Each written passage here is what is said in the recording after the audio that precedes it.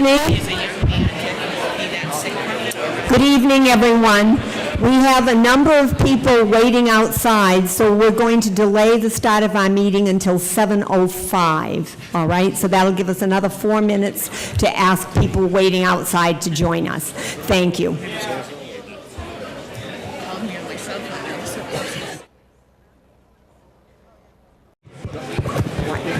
Good evening.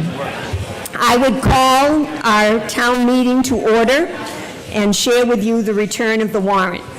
To either of the constables of the town of Charlton in the county of Worcester, greetings.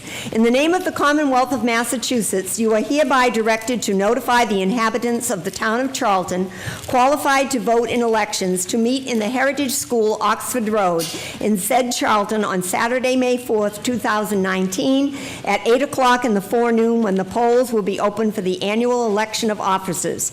After action is taken on Article 1 of this warrant, to meet again on Monday, May 20th, 2019, at 7 o'clock in the evening at Charlton Middle School, Oxford Road, in said Charlton, for the purpose of taking action on the remaining articles listed on the warrant. The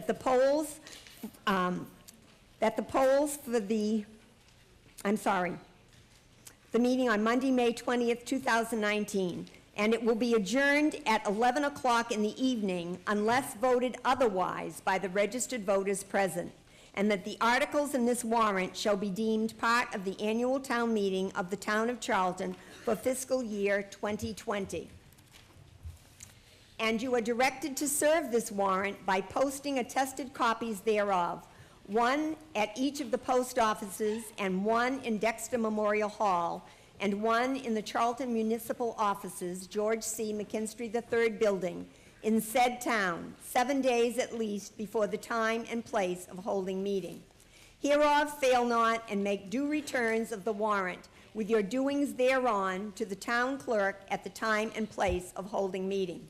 Given under our hands this 24th day of April in the year of our Lord, 2019, signed by the Board of Selectmen, John P. McGrath, Chair, Deborah B. Noble, Vice Chair, Karen A. Spiewak, Clerk, David M. Singer, Member, Joseph J. Savarowitz, Member.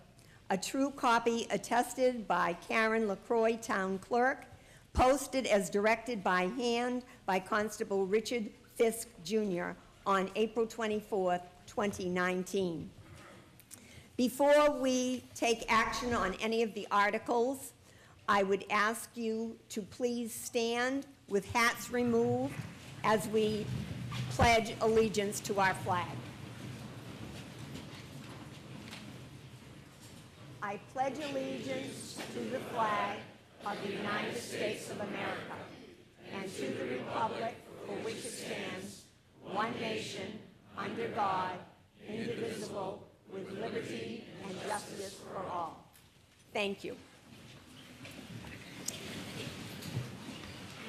Our next order of business is to review our procedures and protocols. First of all, in terms of egress from the hall, in case of emergency, we have 2 exits at the back of the hall and 2 on either side of the stage. For discussion, all who wish to address the assembly must do so by going through the moderator. Please come forward to the microphone to be recognized and identify yourself, giving your name and address, before succinctly expressing your views on the article in question. Respectfully, all discussion will be limited to the merits of the article, avoiding all personalities and issues that do not pertain directly to the article in question. For other than a voice vote, we will ask you to use your voter registration cards, which are pink this evening.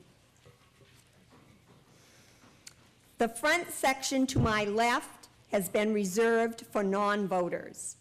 We ask that everyone remain seated throughout the meeting and that no side conversations take place so that everyone can hear the proceedings clearly.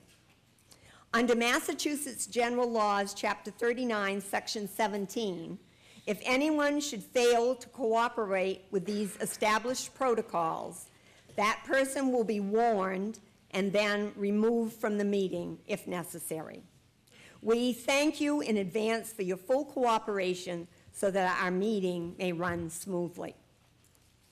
Since Article 1 was taken care of on May 4th, we will begin with Article 2, Town Reports. To see if the town will vote to accept the reports of its officers for the past year or take any action relative thereto or thereon. Madam Moderator, Mr. Singer, I move that the town accept the report of its officers for the past year as printed in the annual town report. and is there a second? Second. A recommendation from the Board of Selectmen, please? Madam Moderator, Yes? the Board of Selectmen approves that motion. Is there anything to be, he said that the Board of Selectmen approved this motion. Is there anything to be said on this matter? Mr. Sage? Stephen Sage, 41 Lincoln Point Road, Charlton. The microphones up here are not working. We could not hear a word you just said. I believe they are working. We'll just be sure that anyone who is speaking speaks more directly into the microphone. Okay. Anything further to be said on Article 2, Town Reports?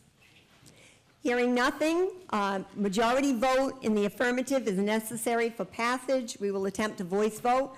All those in favor, please signify by saying aye. Aye. Opposed by no? The vote is unanimous. Article 3, Litigation. To see what action the town will take in relation to prosecuting and defending actions or suits for and against the town, or take any action relative thereto or thereon. Madam Moderator, Ms. Spiewak. I move that town council be authorized to prosecute and defend actions for and against the town. Is there a second? Second.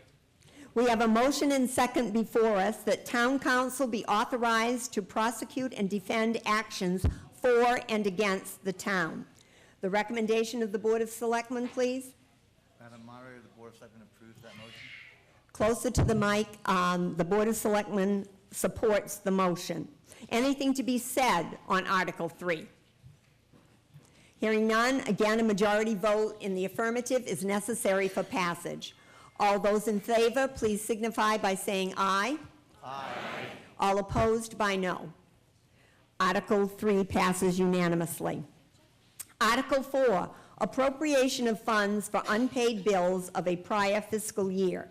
To see if the town will vote to raise by taxation, transfer or borrow, and appropriate a sum or sums to accounts to be specified at the town meeting for payment of one or more prior fiscal year's bills, not paid due to an insufficiency of appropriation or for any other reason, or take any action relative thereto or thereon. Madam Moderator? I move Sir. I move to pass over indefinitely. All right, is there a second? Second.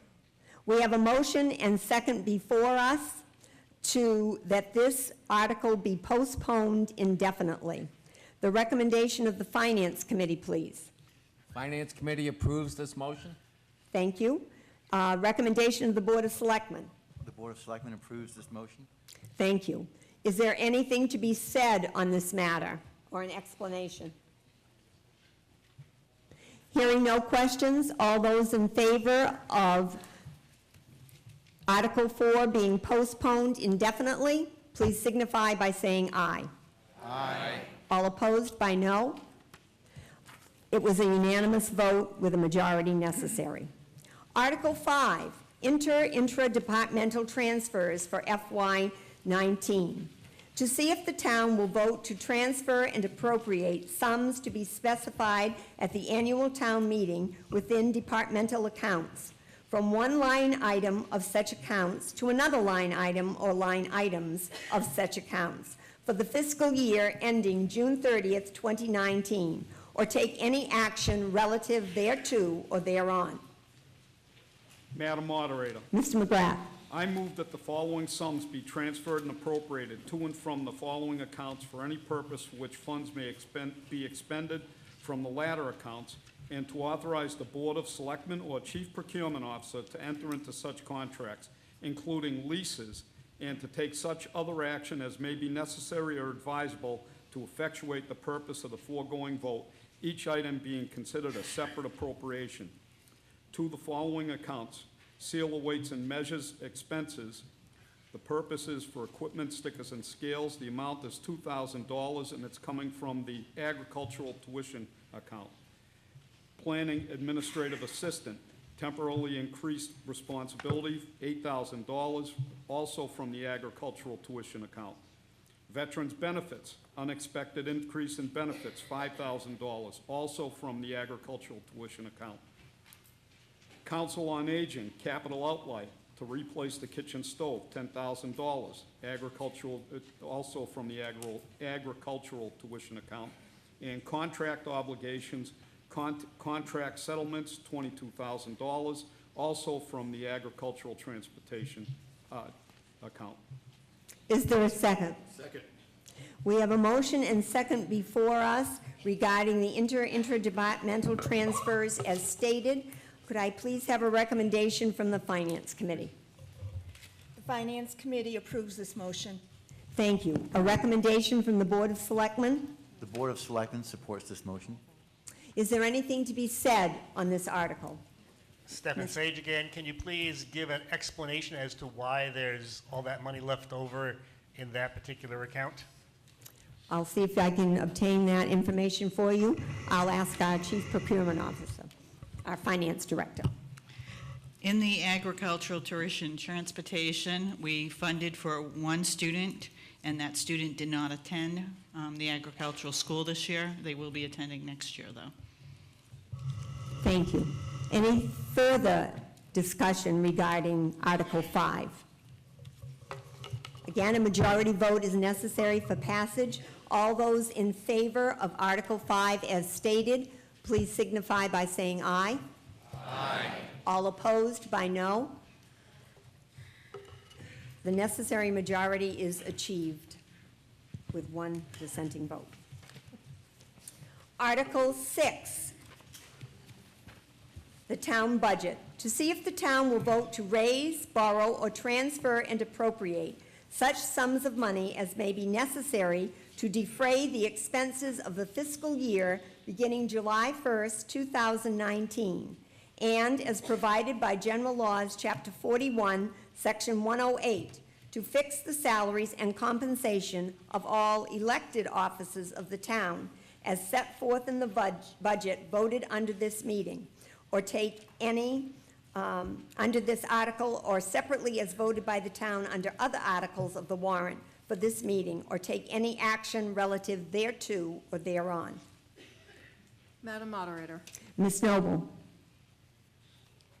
I move that the amounts of money set forth in the columns headed fiscal year 2020 FinCom recommendation and rows headed for departmental totals for personnel and expenses in the report prepared and voted on by the Finance Committee for recommendations at the annual town meeting on May 20th, 2019, entitled Town of Charlton, Fiscal Year 2020, Annual Town Meeting Warrant, Fiscal Year 2020, Town Budget Recommendations of the Finance Committee, May 20th, 2019, Article 6. As most recently revised, except for those items which are covered by other articles, be appropriated for the several purposes therein itemized. $1,050,000 to be transferred from ambulance RRFA, $3,000 to be transferred from the sale of cemetery lots RRFA, $26,115 to be transferred from Prindle Pond Dam RRFA, $15,000 to be transferred from Wetlands Protection RRFA, $90,000 to be transferred from Cable RRFA, $192 from the DPU TNC Rideshare RRFA, $6,584 from fund balance reserved for bond premiums, $28,499,384 to be raised by taxation, each item marked with an asterisk, being considered a separate appropriation, and B, to fix the salaries and compensation of all elected officers of the town as set forth in the budget voted on under this article, or as separately voted on by the town under other articles of the warrant for this meeting, and to fund any settled union contracts. Is there a second? Second. We have a motion and second before us, as stated, regarding the town budget as printed in your town meeting packet. Is there a recommendation, please, from the Finance Committee? Finance Committee supports this motion. Thank you. Is there a recommendation from the Board of Selectmen? The Board of Selectmen supports this motion. Thank you. Is there anything to be said on Article 6, our budget? Before we have any discussion, I would ask, please, we'll pause for just a moment and allow all of the people standing to please be seated. It's not only a requirement of our town meeting, but also of fire egress. So there are plenty of seats available, so please come in and sit down. Thank you.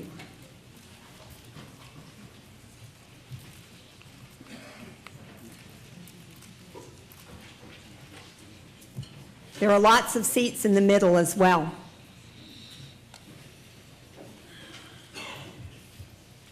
Thank you. You may proceed. Madam Moderator, I move the town budget be... Whoops, identify yourself, please. Patricia Ridlack, 58 Daniels Road. Thank you.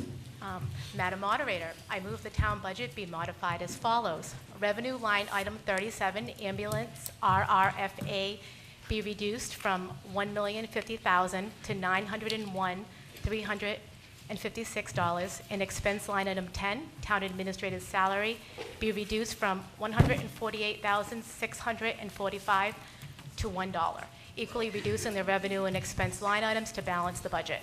Do you have you're proposing an amendment. Do you have that in writing for us, please? Is there a second to this amendment? We have a motion and second before us to amend the budget or modify or amend the budget as follows. Revenue line item 37, ambulance fees, RRFA, receipts received for appropriation, to be reduced from $1,050,000 to $901,356, and expense line item 10, town administrator's salary, be reduced from $148,645 to $1, equally reducing the revenue and expense line items to balance the budget.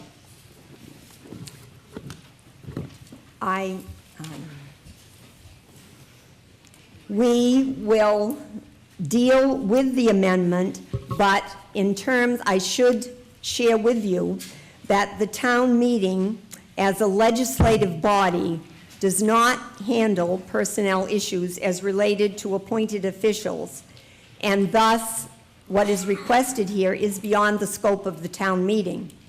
And I will ask Attorney Cosgrove to speak a little more eloquently to that issue. I would also remind you in any of our discussion that this article is a budget article, and thus all discussion regarding this amendment must be fiscal in nature and cannot speak to the individual holding the position or to the individual's performance. Attorney Cosgrove, would you care to address this, please? I think she's probably overstating it when she says I'll be more eloquent or whatever. But this motion was not unexpected. In March, I advised the petitioner that Charlton in the past had been sued and had incurred liability and paid damages as a result of an annual town meeting motion and vote to zero out then town executive secretary, that's what the position was at the time, now town administrator, Guy Hellender's salary light item. There's no difference between $0 and $1. The petitioner subsequently gave thanks for that information, adding that some people in town were talking about making a similar motion tonight. In order to minimize the risk that any registered voter attending tonight unknowingly run the risk of potential town and/or personal liability on providing the following information. My aforementioned advice was in the context of whether the Board of Selectmen was required to include on the warrant 2 articles, one proposing termination of a town employee. In that situation, the risk arises from the fact that the U.S. Supreme Court, in its bellwether Loudermill decision, held that a public employee with an employment contract has a property interest in his or her employment and cannot be deprived of that property interest without first affording the employee due process. That's the 14th Amendment of the U.S. Constitution. The town meeting is legally unable to provide the required due process under both the Charlton general bylaws and by contract that is assigned and reserved exclusively to the Board of Selectmen. As I had noted, the Massachusetts High Court has made it crystal clear that a town meeting, which serves as the legislative body of the town, as the town moderator mentioned, has no authority to direct the Board of Selectmen or any other town board in the performance of such board's executive duties, including personnel matters. In my written opinion, I specifically quoted from the Attorney General's October 15, 2018 letter to Charlton, which had cited 4 Supreme Judicial Court decisions spelling out the foregoing. I had also included the following footnote, and this is from town meeting time, which the board by bylaw has adopted to govern its meetings.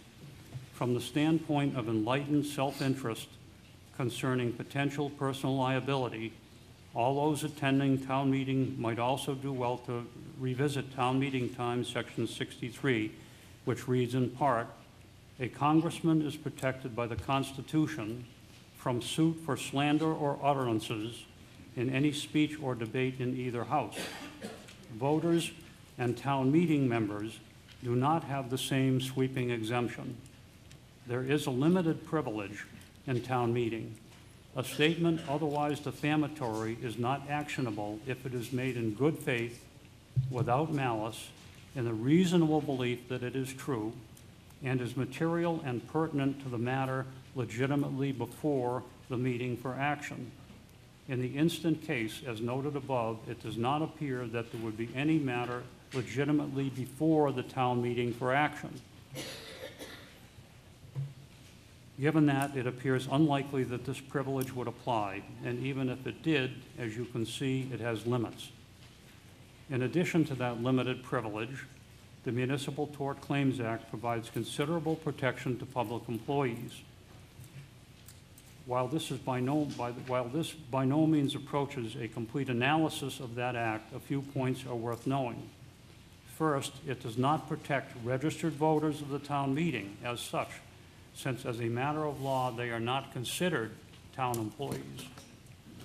Second, even if a person addressing the town meeting happens to be a public employee, the act only applies to him or her when he or she is acting within the scope of his or her employment rather than as a member of the legislative body, which is to say the town meeting. Finally, while it provides substantial immunity against claims based on negligence, even if a public employee may be held personally liable for intentional torts. By way of example, interference with contractual relations, civil rights violations, intentional discrimination, etc. Now, in some instances, the town may be called upon to indemnify public employees for personal liability and loss.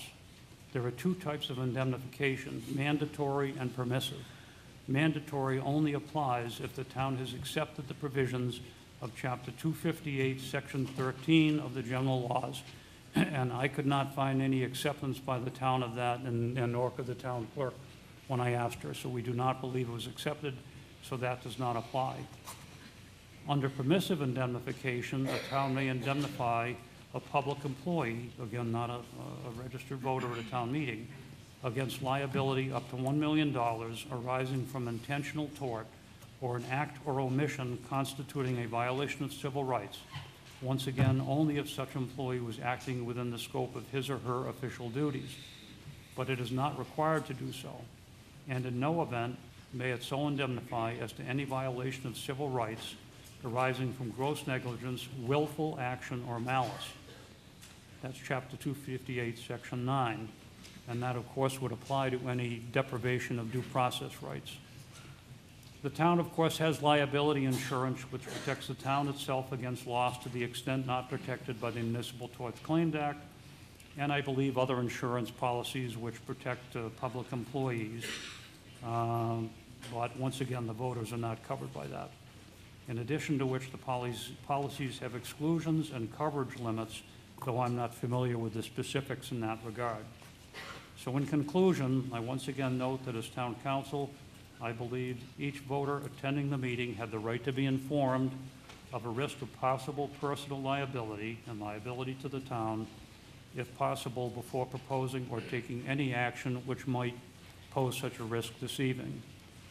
In other words, I wanted everyone to go in with eyes wide open. Thank you, Attorney Cosgrove. Before I call for discussion, I would call upon the Finance Committee for their opinion regarding the proposed amendment to modify the budget.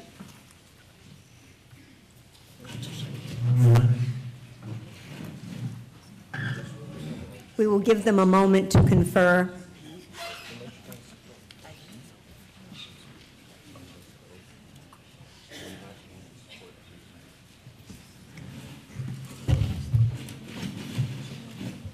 The Finance Committee does not support the amendment. Thank you. Discussion regarding the amendment. The amendment only we need to address first. Madam Moderator. Mr. Lemansky. Robert Lemansky, thank you. And thank you for the microphones. We hope they work. It appears they're working well. Your address, sir, I forgot to ask for that. 157 Sunset Drive, Thank you. To Attorney Cosgrove's remarks, I believe that when Mr. Habler, No, Hellender. Helger, when that issue happened with zero, we were all told thereafter there was no, he would not have had a defendable position if in fact it was for $1, because we had no right as town people on the town floor to eliminate his job. But the thing with what's being discussed here as far as our current town administrator, and again, I appreciate the fact that people have contracts, we need to live up to those contracts. If I read it correctly, the contract the town administrator has, there's a section in there that allows for the town, which that's what this is, the people who spend the money on an annual basis, to choose whether to fund or not fund that line item. And this is an attempt, I believe, for that to happen. And since it's already in there, there was a restitution amount of what would happen if the town decided not to fund that contractual agreement. And I believe it was a half a year's salary or something similar to that. So if there was a mistake made, or if in fact there's some restitution, it's already been gone over. It's already been outlined, and it's crystal clear that if the townspeople at this annual town meeting choose not to fund that line item, that they're going to have to pay, I think it's somewhere in the $73,000 amount as far as restitution. Because I'm not scared to vote. I hope that's not what you were trying to do, Mr. Cosgrove, is scare anybody in here from voting. Because I don't think that's right. And again, I appreciate your information. And Let me see if I can get an answer regarding the contract issues that you raised. Either Attorney Cosgrove or the board? First of all, no, I would not be foolish enough to try to scare you, Mr. Lemansky. Thank you.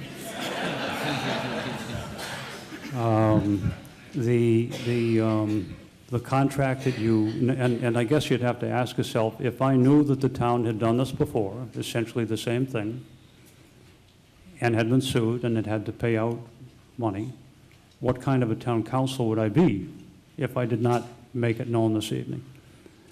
You are correct. You've done a little bit of homework, as always. But that provision with respect to if a lack of appropriation applies only during, if there are contract terms specifically set out in the contract, periods of time when there's a contract.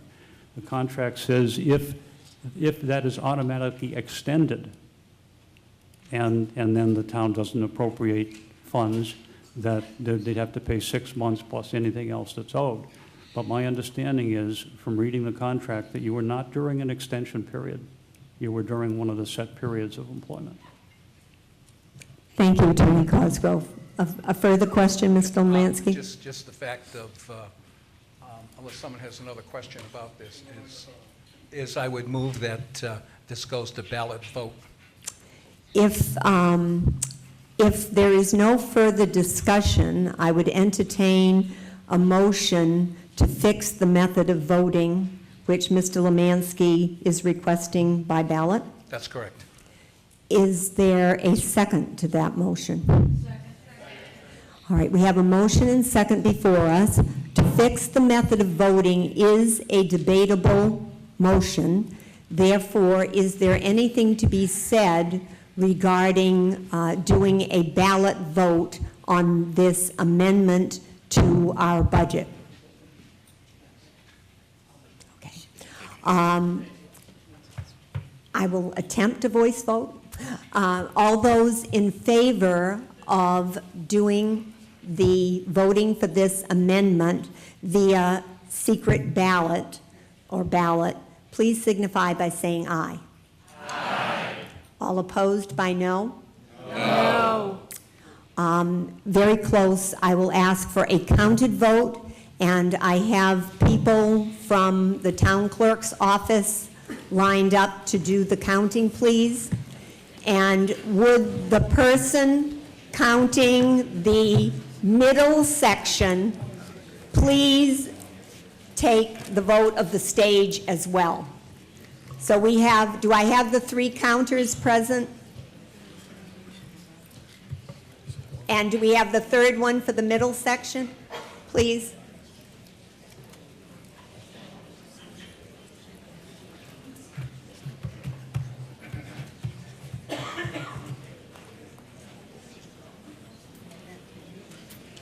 I believe it was going to be Linda.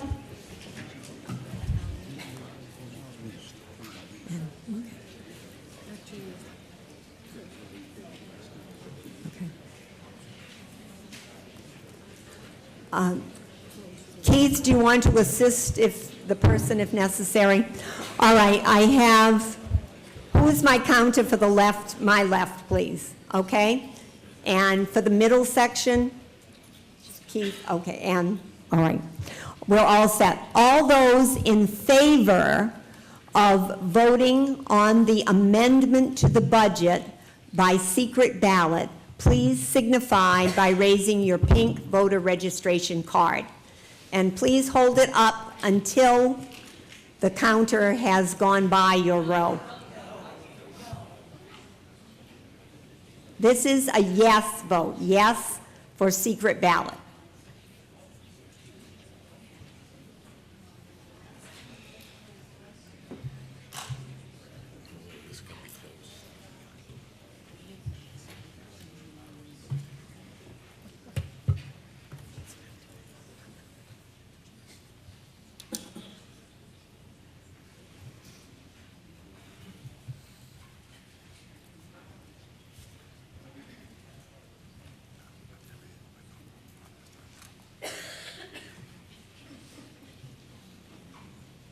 And Keith, would you please add the stage in? Counting the stage? Counting the stage. Okay, thank you. Thank you. No, Keith counted the stage. Keith counted the stage. I can put my hand down when you tell me.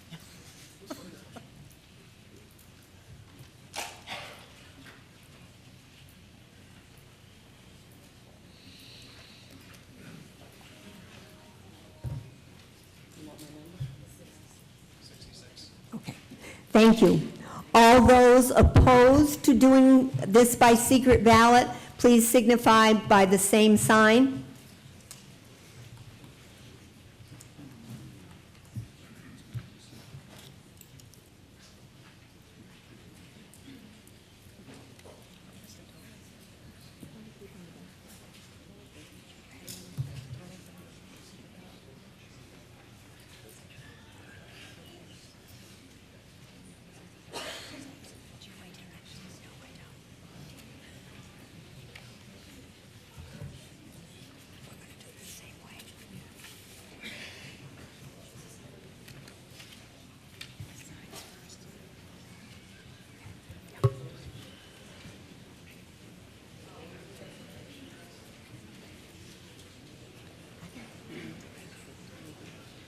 did you get us?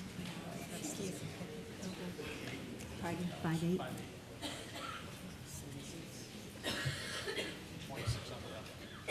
Pardon?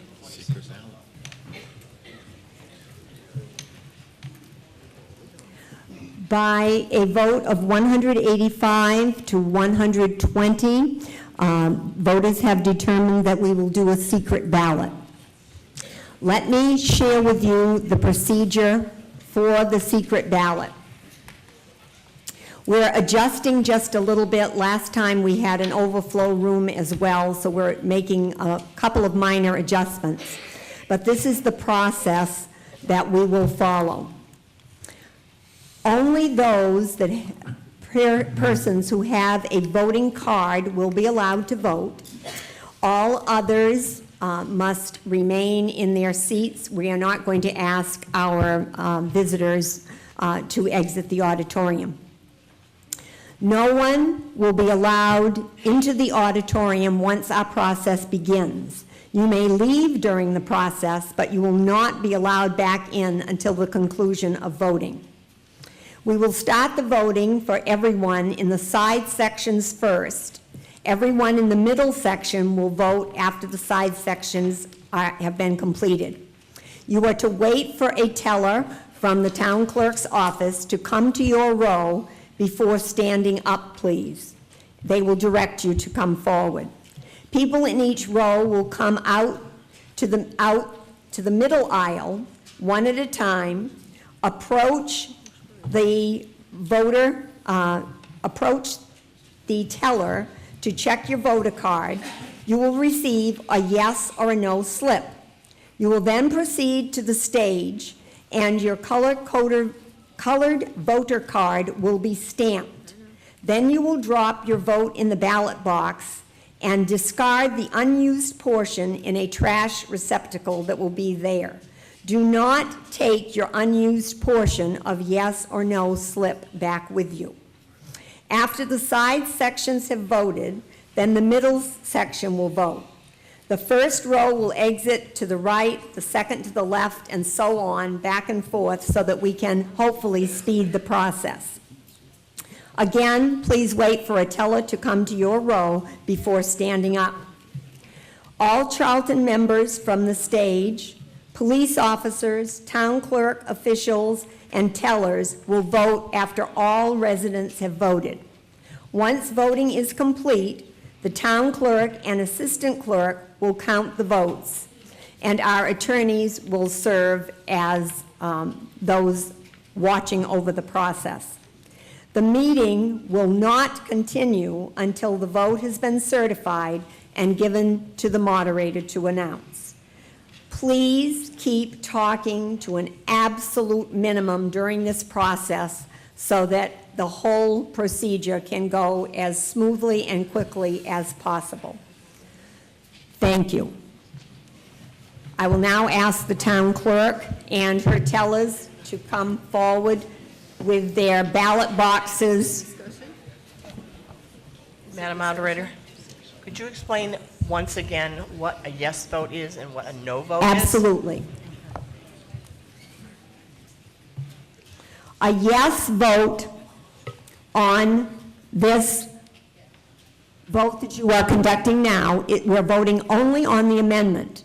Once again, the amendment would modify the town budget for revenue line item 37, ambulance fees, RRFA, to be reduced from $1,050,000 to $901,356, and expense line item 10, town administrator's salary, be reduced from $148,645 to $1, equally reducing the revenue and expense line items to balance the budget.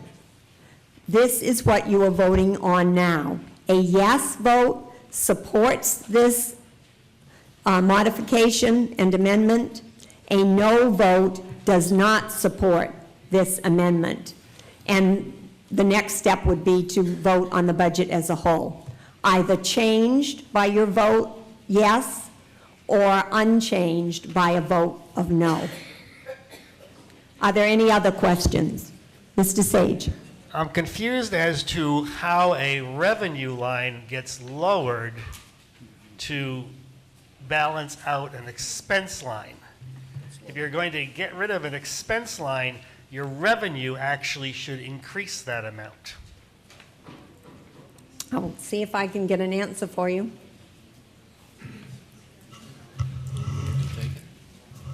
Our finance director will attempt to clarify that for you. So they're not actually changing the revenue line, they're actually changing the motion. That was applying some applied revenue from another source, which was the $1,050,000. So they now need less money to be applied because you have a lower expense side. Thank you. All right, at this point, we will begin voting. Again, a yes vote supports the amendment and modification of the budget, and a no vote would not support that amendment.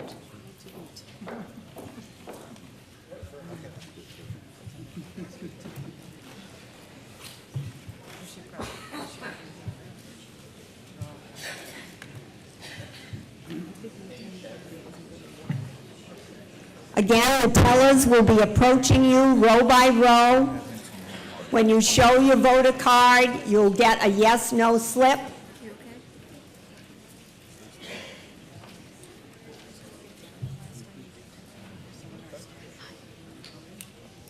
A further question as we get started? Yes, please.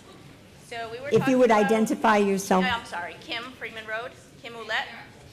Yep, Kim Ouellette, Freeman Road.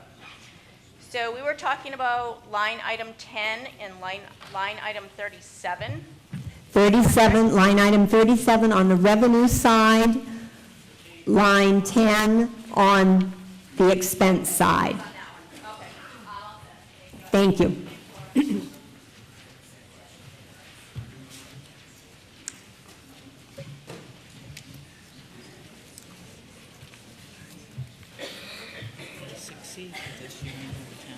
All right, Jordan, you're starting on this side, and Linda's starting on that side. Okay.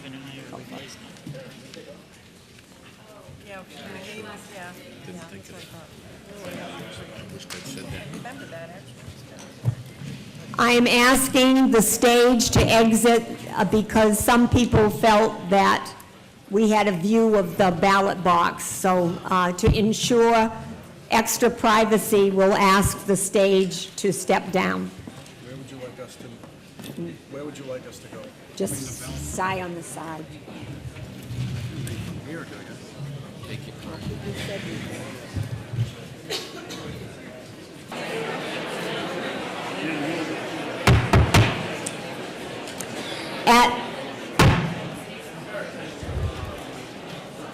Thank you. At this point, the secret ballot is closed. The town clerk and the assistant town clerk, under the watchful eye of our two attorneys, will count the ballots. Once their ballots have been counted, I will announce the vote, and then we can proceed with the article in question and then on through the other warrant articles. Therefore, we'll remain at a short recess until that counting can be completed. Again, I would ask for your cooperation in keeping conversation to a minimum and not standing out along the sides. We need to be seated again, hats removed once we begin our deliberations again. Thank you for your cooperation and patience through the process. Where's Katie? The voting is concluded, so anyone who exited the hall is allowed back in. At this point, we're just counting. So anyone in the hall is free to return to their seat. Thank you.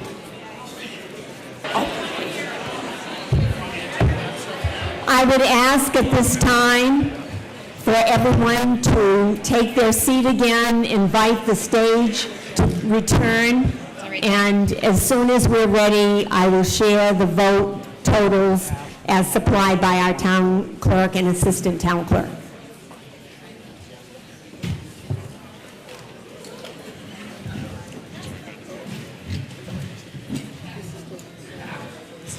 The results of the ballot, and remember, this was on the amendment, which reduced the ambulance fees revenue line from $1,050,000 to $901,356, and the expense line for the town administrator's salary being reduced from $148,645 to $1. A majority vote in the affirmative was necessary for passage with a vote of 194 yes and 144 no. The amendment passes. Our next step at this point would be to look at the budget as amended. So we're back to Article 6 with the town budget as proposed through the motion by the selectmen, with the approval of the Finance Committee and the Board of Selectmen's support. A majority vote is necessary in the affirmative for passage, and this time we're voting on the budget as amended, incorporating the amendment that you just passed in the affirmative. Is there anything to be said regarding the budget in general as amended? Mr. Sage?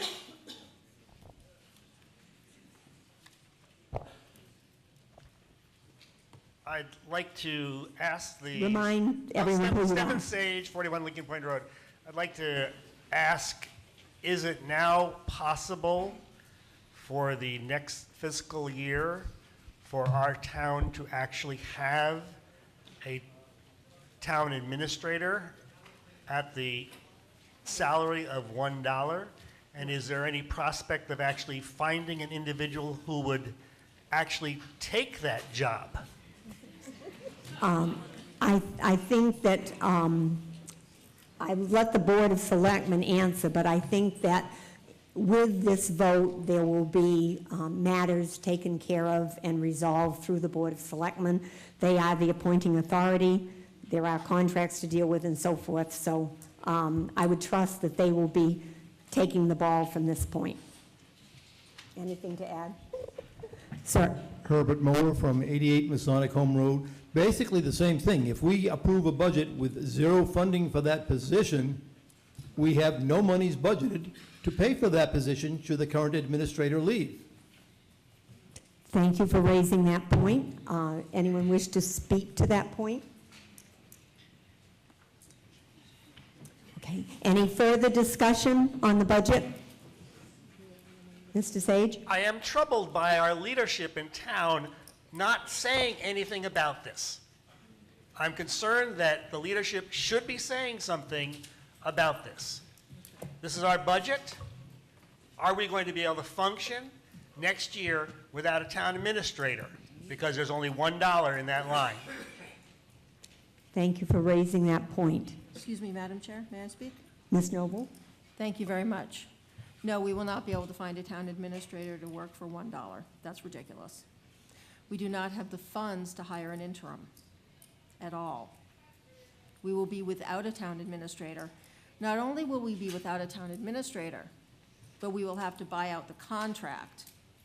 We will be so far in the hole the coming fiscal year, if this budget passes as amended, there will be almost no way to dig ourselves out.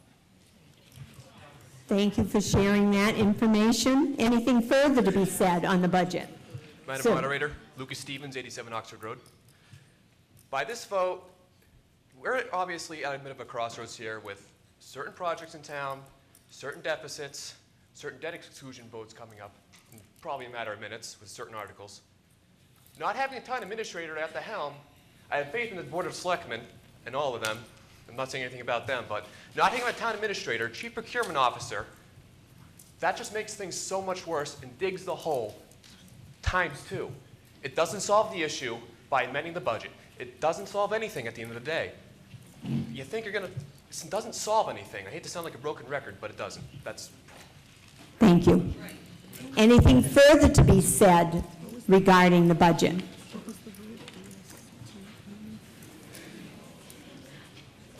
Identify yourself again, please. Patsy Ridlack. I just wanted to make the statement that we did not have a town administrator for 8 whole weeks, and the town survived. We paid our bills, and we did everything we were supposed to. The staff stepped up, and there was no issues. Thank you. Thank you. Anything further to be said in terms of discussion on the budget? Yes. Sir? Mike Mitchell, Berlin Game Road. I just want to say that personally, regardless of which way I think this should have gone, the townspeople ultimately should have the say in how things go in the town. If they vote in a budget where we don't have a position filled, that's their decision, and they have the right to make that decision. Thank you. Anything further to be stated regarding our budget?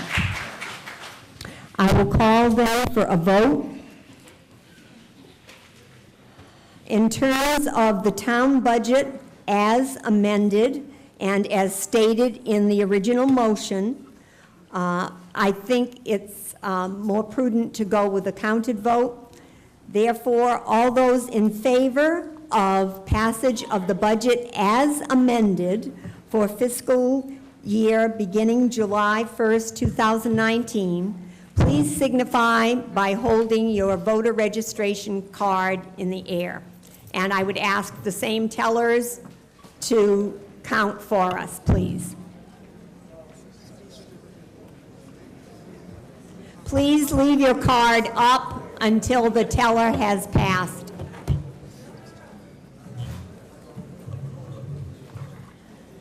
Do I have a teller for the section to my left, please?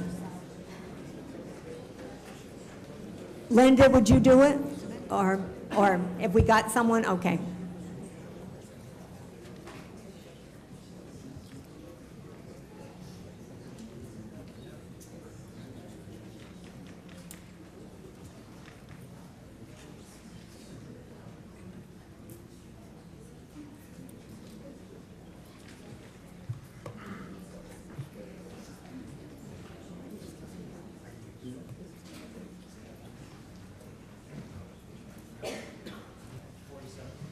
Does that include the stage? Thank you.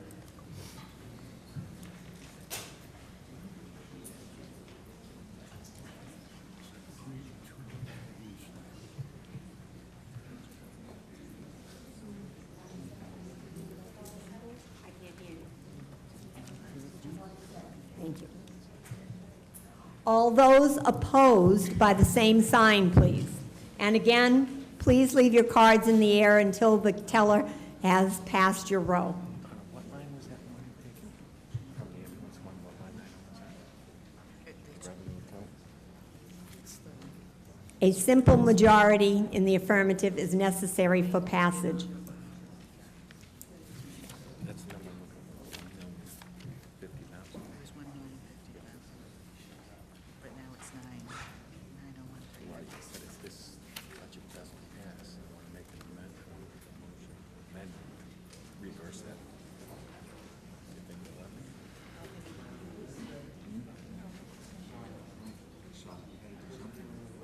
The budget doesn't pass, we gotta do something with the budget. We gotta pass the budget. What are we doing tonight?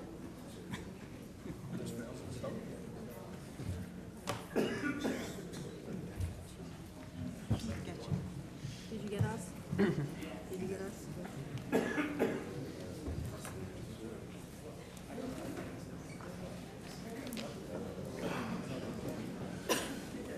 Do I have a count from the section to my left? Do I have a count from the section to my left, please?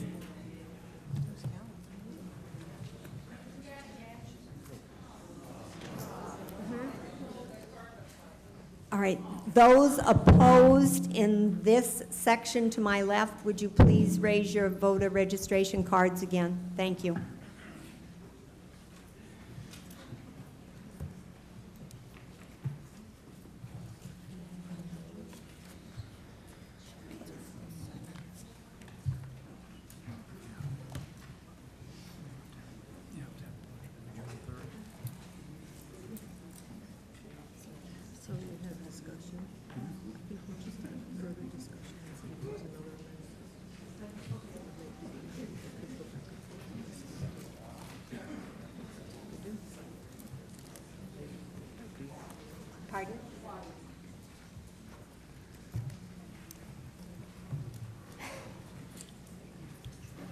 With 146 in the affirmative and 151 in the negative, the budget is defeated.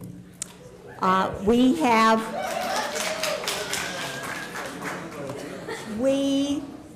need a budget by June 30th. The town needs a budget to operate.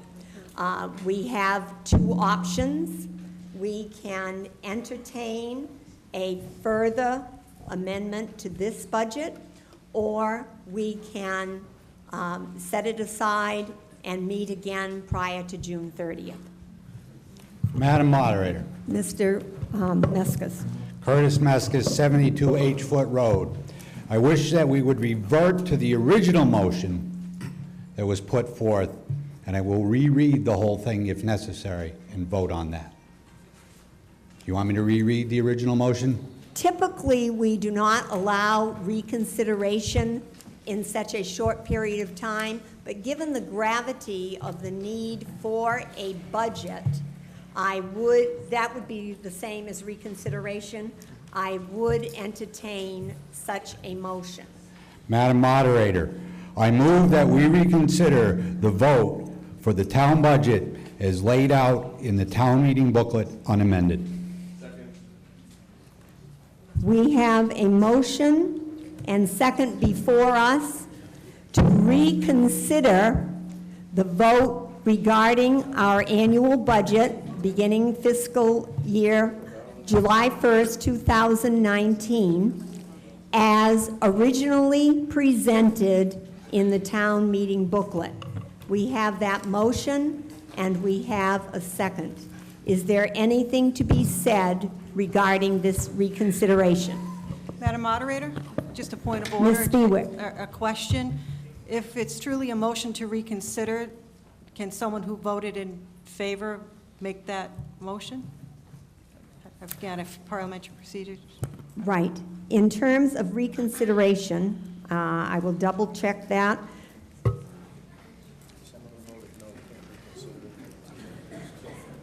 And also, Madam Moderator, would that require a two-thirds vote or a simple majority? In terms of reconsideration, it is a simple majority. According to Attorney Cosgrove, he does not believe the rule applies, but we will give us just a moment and we will double check that to be certain.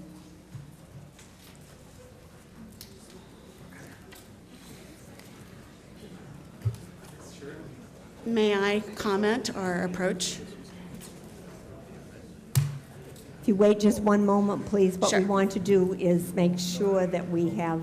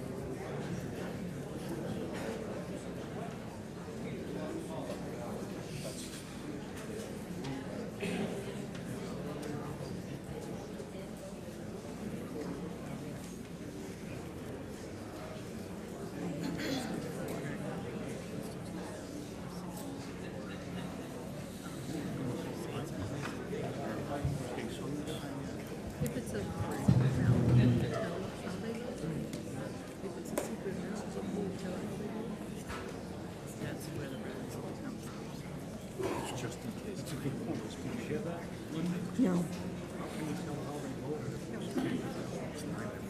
So that was just all right.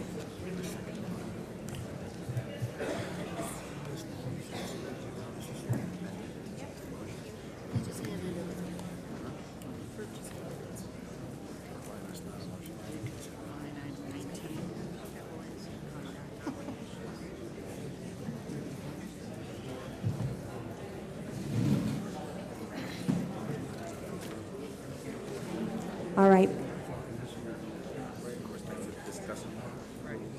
Some manuals and bylaws provide that reconsideration may be moved only by one who voted on the side that prevailed on the first vote. But this rule is difficult to apply in a meeting where votes are taken by voice, show of hands, or standing, or even secret ballot. And thus, it is not necessary to apply that in terms of the way town meeting time sees this event. That means that I do not have to ask someone which side they voted on in order to move for reconsideration. It cannot be frivolous. One cannot reconsider and then reconsider again. But losers as well as winners can bring it forward again. Thank you for your patience. Anything further to be said? This time, we are addressing our comments to reconsideration only. Ma'am. My name is Beth Butler. I live at 60 Freeman Road in Charlton. So I actually wanted to amend it so we keep the ambulance receipts at what they originally were, which was $1,050,000. Then amend the town administrator current salary to $1, but keep $148,644 for an interim town administrator. Can I do that? Can I make that amendment or make that suggestion? In terms of what you want to do, according to the motion that's on the floor in terms of reconsideration, it would be keeping it as written in the original so that those receipts do not need to be adjusted, okay? That's what I am also suggesting, but then I'm suggesting fund the town administrator at $1, and then the remaining balance of the salary, $148,644, be put into for interim town administrator.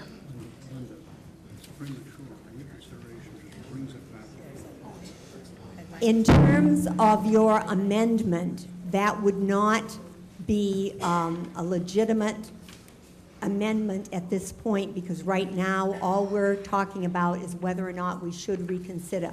Then If you have the vote- nullified my vote before this point. Pardon? Then I feel like you have nullified my vote before this point. I would disagree. The point being here is that we want to speak to whether or not we reconsider. And once, should the body decide that we should reconsider the budget, then an amendment which you are suggesting would be appropriate. Okay, thank you. Thank you. Yeah, Steve Corona, 17 Old Worcester Road Extension. I think we've already put the body through the private vote. People have spoken. I think who hasn't spoken are what the options are. There was some fear, a little bit of fear-mongering going on as to we could go a year without a town administrator. I don't believe that to be true. We are somewhat lay people here. Maybe we don't understand what the options are, but I'm quite sure the selectmen could appoint, with permission from the FinCom, So you're is- suggesting that we support reconsideration or not? Because that's what we're speaking to at this point. I'm not supporting. I'm looking for a little more clarification as to we're not going to go a year without a town administrator. And I don't think that was spoken well, and I think a little fear-mongering was going on the people have spoken. We've done a secret ballot. Thank you for your sharing that view. Madam Moderator? Mr. Borowski? Bill Borowski, 69 Haggerty Road. Let me be very clear, I'm speaking on behalf of myself. Procedurally, just so everyone understands what's going on, and I invite the moderator or other people to correct me. In order to discuss anything about the budget, again, to basically bring it back to a vote, we have to say yes or no to reconsider. If the vote is yes, then anyone can talk around amendments, they can talk around whatever they want. Right now, the only thing that's really on the floor is to discuss whether or not we can reconsider the vote that we just did. That's all we're talking about right now. As soon as, hypothetically, if that passes, then people can have conversations around amendments, around changing whatever we want to change. So as we discuss this and take a vote, just keep that in mind. And again, I invite the moderator and legal to correct me. That is exactly what I just said a few moments ago. Thank you for And you said it much nicer, re-emphasizing Linda, it. so. Thank you. Mr. Lemansky? Yes, thank you, Bill. Again, because it seems like there's a lot of confusion. So what's being asked for is a reconsideration of the vote, The original motion the original motion. on the budget without any amendments.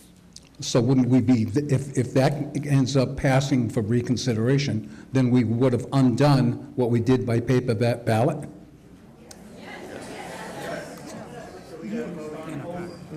Start over, which is, You would be I mean, if- starting, well, reconsideration doesn't mean that you would have to vote in the affirmative to support the budget. You still have a yes or no vote on the budget as originally correct, but determined. I'm having a hard time understanding when we did the secret ballot, that was in the affirmative by 50 votes. Correct. And then ends up that the modified budget by the secret ballot Failed. fails. I don't know if everyone understood exactly what they were voting for.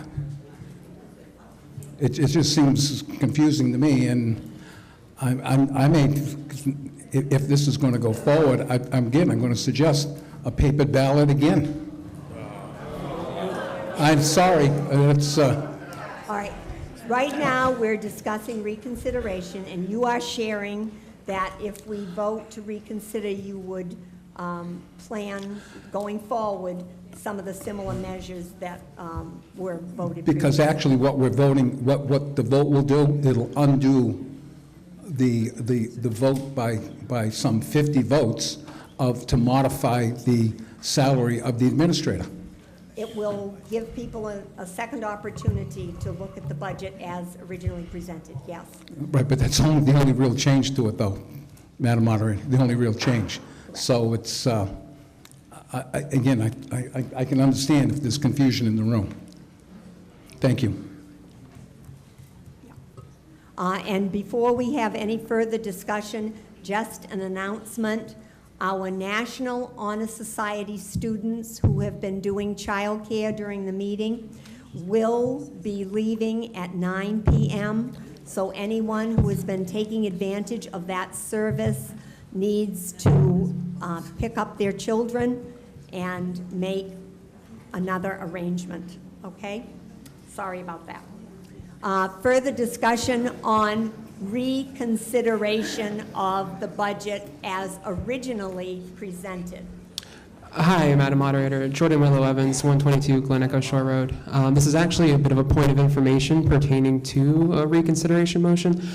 Would we be in the legal right to call for a Gordian knot motion to suspend the rules and essentially start fresh with redoing everything that we've done up until, well, the beginning of this meeting? It would not take a suspension of rules. If you vote to reconsider this budget, you are bringing it forward as it was originally presented. So essentially, we are just starting over with the budget. Okay, that's fair. Thank you. Mr. Singer. May we have a 5-minute recess so the board can confer with the town administrator? Can we have a 5-minute recess, please? The Board of Selectmen is requesting a brief recess to confer regarding this issue. I will grant that, a very brief recess.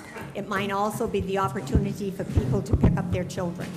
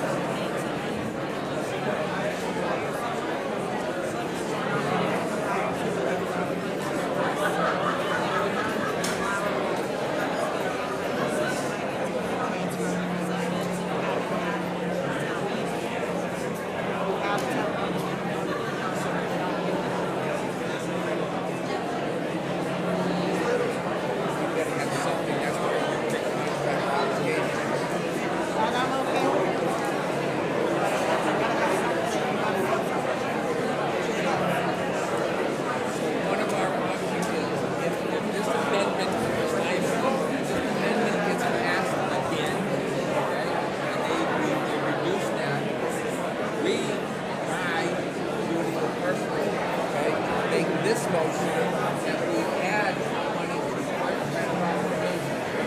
Now this election to then hire somebody, even if it's not in that category of administrator, at least there will be funds for them to do it. What's the 126? So that's gonna end up being like my fire, and this guy's over, and any other contracts that come up. Now, you could use that, depending on how long you are. But you wouldn't have to be, you could have that as part of that going to income, but then you wouldn't have enough to fund a permit. You also have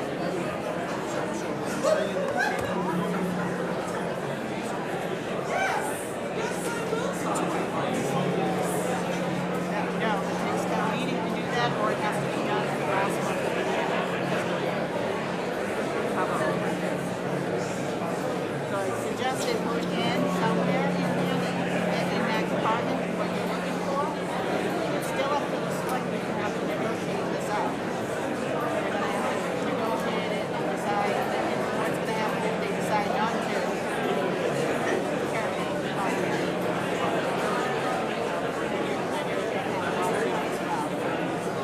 What they may end up doing is having to lay off the other employees in that department on the contract.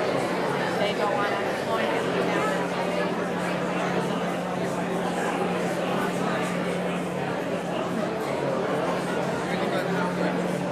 These guys bring that amendment back out, and it gets part of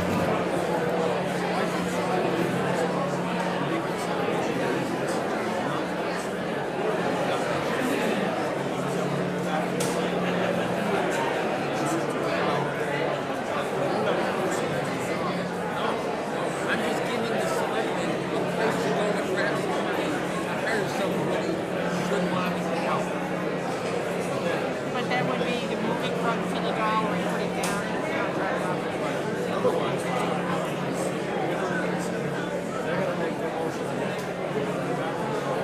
It's clear that they don't want the money. Find another place that you can put it.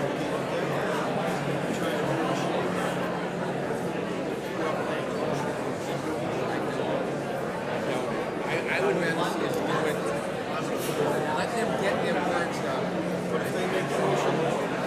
And it passes, okay, before we vote on the budget, then I'll make this vote. And say, fine, you took it out of administrators, we're gonna put it over here. We're recommending to put it over here. To give them those selections, they should go. See, what Ron doesn't understand is they voted on the secret and it's saying, oh, we have all these votes. There was a lot of people obviously voted to allow people to have a secret ballot, but didn't believe in the amendment. That's what happened.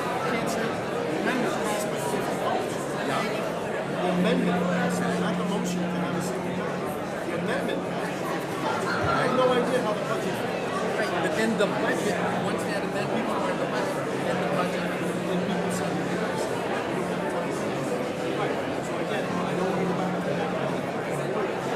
That's just my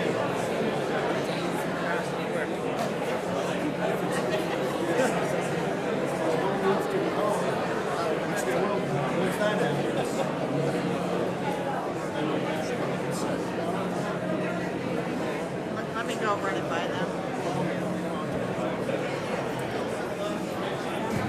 Right, we do have to do 30.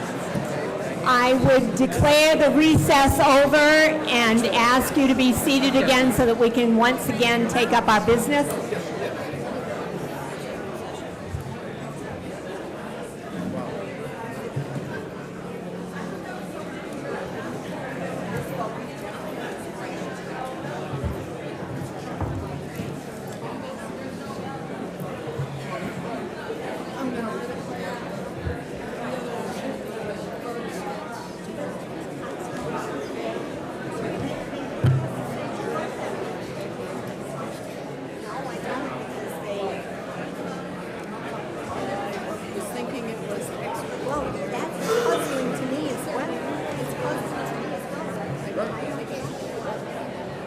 numbers don't add up. I don't understand.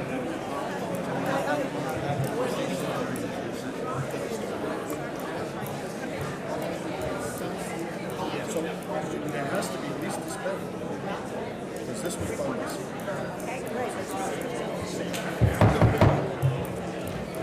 We're ready to reconvene.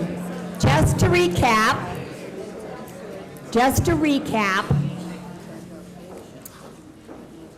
the amendment to the original vote on the budget passed and therefore changed the figures.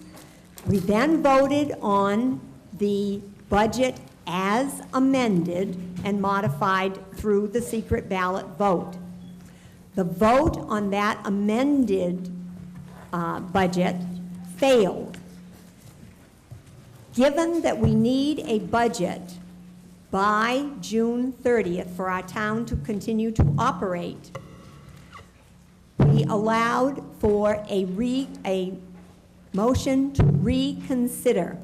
The motion to reconsider is bringing forward again the original motion for our fiscal budget to begin on July 1st, 2019, without any amendments or modifications. This is back to the original budget as presented in your town meeting booklet. However, we are not voting on that right now. Right now, you're saying, yes, I want to reconsider that, and have another opportunity to vote on the budget, or no, I do not wish to reconsider it now, which would send it back to our Board of Selectmen and Finance Committee to come up with a revised budget or a similar budget in order to have another meeting prior to June 30th so that we can establish a budget. I hope that clarifies where we are. And again, any discussion at this point is simply in regard to whether or not we will vote to reconsider, okay? Reconsideration is our only discussion point. Mr. Lemansky, do you have something to say yes. regarding reconsideration? Yes. The information is that we had a paper ballot vote to where 338 people participated and voted. We had a hand budget vote to where 297 people voted, which is I had 305, but that's okay. 305? Yes. Okay, 305. So what we have is at least 33 people who chose not to raise their hand, whether it's in the affirmative or the negative, which further supports the reason that if this reconsideration gets voted in the affirmative, which means we go back to the original vote and we disregard the amendment, I have no choice but to insist that we do a paper ballot so that we have people with the ability to vote freely, because obviously there's 30 to 40 people in here who aren't voting freely. That's my point. Thank you. Thank you for making your point. I would let you know, though, that the total number of voters who registered exceeds any of our votes, so that some people do choose not to vote. Sir. Hi, Paul Degnan, 106 Osgood Road.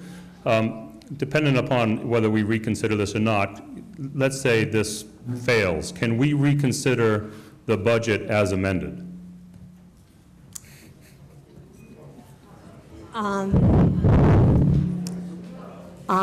We could have another, that would be our last attempt to reconsider as amended. Those are the two options we've been voting on. So I could allow that.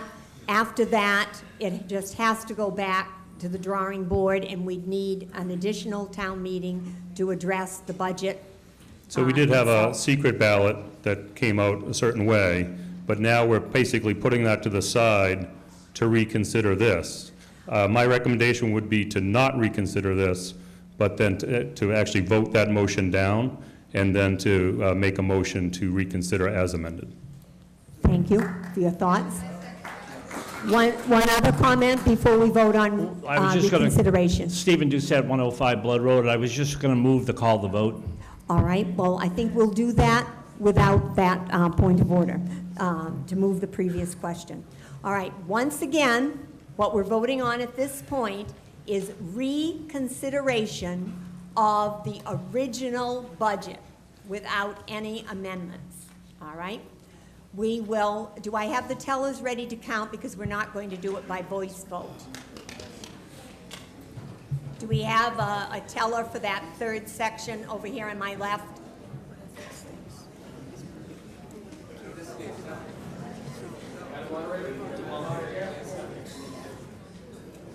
I was trying to use our counters as they are as neutral as we can get. Okay. All right, our counters are in place. All those in favor of reconsideration of the original budget as proposed, please, and as it appears in your town meeting booklet, please signify by raising your voter registration card, holding it up until the counters have passed you.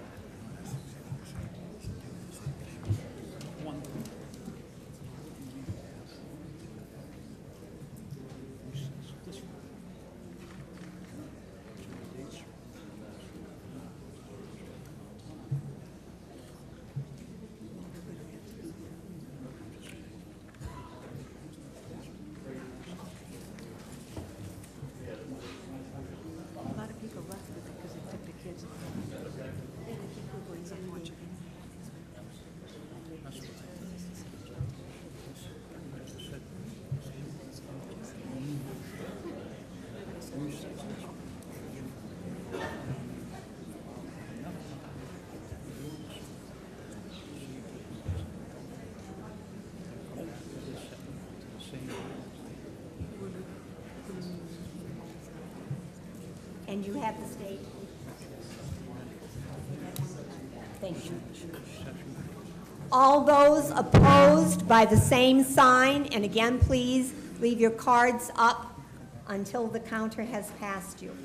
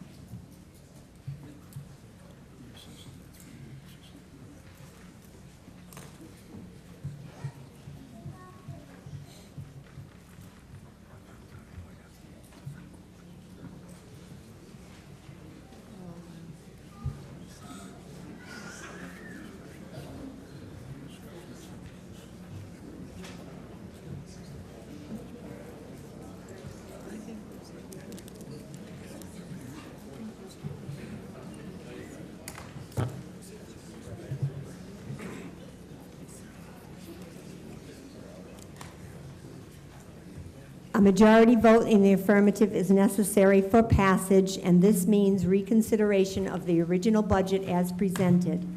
There were 148 votes in the affirmative, 147 votes in the negative. Recount.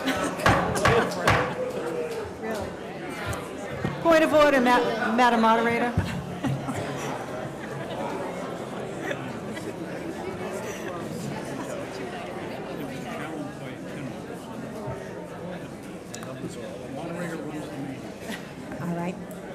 All right, we are back to reconsideration of the original budget as presented in your town meeting packet. Is there any further discussion on the original budget? Mr. Coleman. Madam Moderator, thank you. Steve Coleman, 150 Berry Corner Road. As mentioned earlier, the town needs a budget by June 30th. This is not, I think over the last 2 hours, the Board of Selectmen has been sent a message on what they believe, or some members believe needs to happen. This is a leadership issue with the 5 members sitting right there. And this town meeting tonight should pass a budget so government can move forward. And you should reach anyone in this audience that feels that their vote wasn't heard, they should reach out to their elected officials and make their point known. But this is not the forum to do that tonight. This is a personnel matter. There's contractual obligations in place. We need a budget. But I hope the selectmen were listening tonight, regardless of what side of the issue you're on. I hope they were listening, and these are the people that we need to hold accountable. We need to pass this budget tonight. Thank you for your comments. Anything further to be said on this original vote for our budget as initially presented with no modifications? Hearing no further discussion? Back Ms. again. Ridlack? Patricia Ridlack, 58 Daniels Road. Madam Moderator, I move the town budget be modified as follows. Revenue line item 37, ambulance fees, RRFA, be reduced from $1,050,000 to $901,356. And expense line item 10, town administrator's salary be reduced from $148,645 to $1, equally reducing the revenue and expense line items to balance the budget. Thank you. Is there a second to that? We have a motion and second before us, which repeats the original. Do you have that in writing, Ms. Ridlack?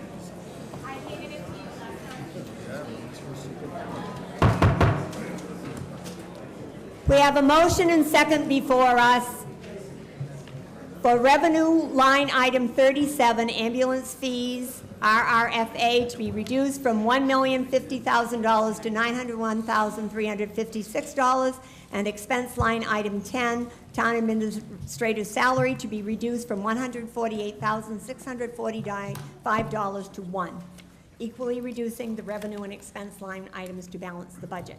Is there anything to be said on this amendment? I request that the amendment be voted on by paper ballot. There is a motion and second to fix the matter of voting by secret ballot. Is there anything to be said on the method of voting? Madam Moderator, I just would like to point out is that on the first vote, there were 144 noes. And on the second vote for the amendment, there were 140 Mr. six yeses. Lemansky, we have the voting counts, and Okay. people can change their minds. We can't predict how Okay. people are going to vote. No, I accept that. I don't I would understand. not say that Fine, would be go right ahead. relevant. Okay. Thank you. Anything further to be said on the amendment? All right? Madam Moderator? Yes. I have a question for the Finance Committee, but it's not on the matter of voting.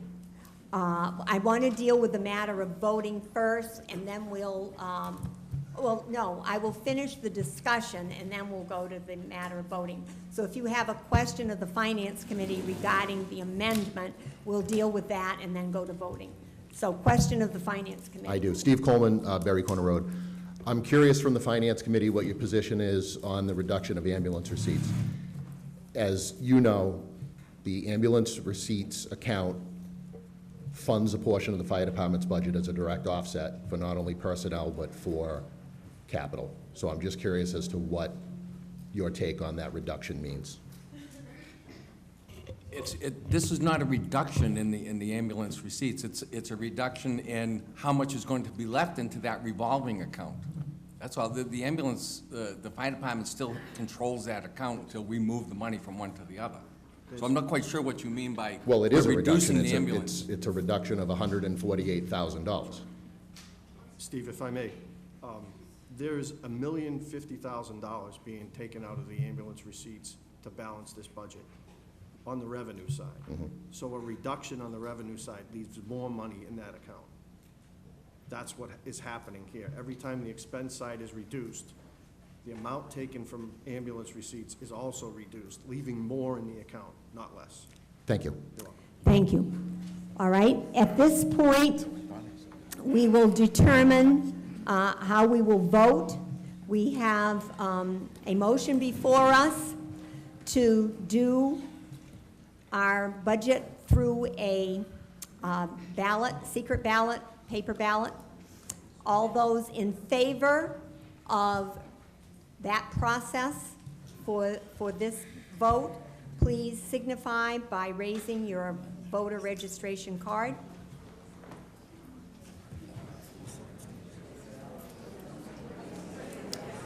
A yes means you want to vote secret ballot again.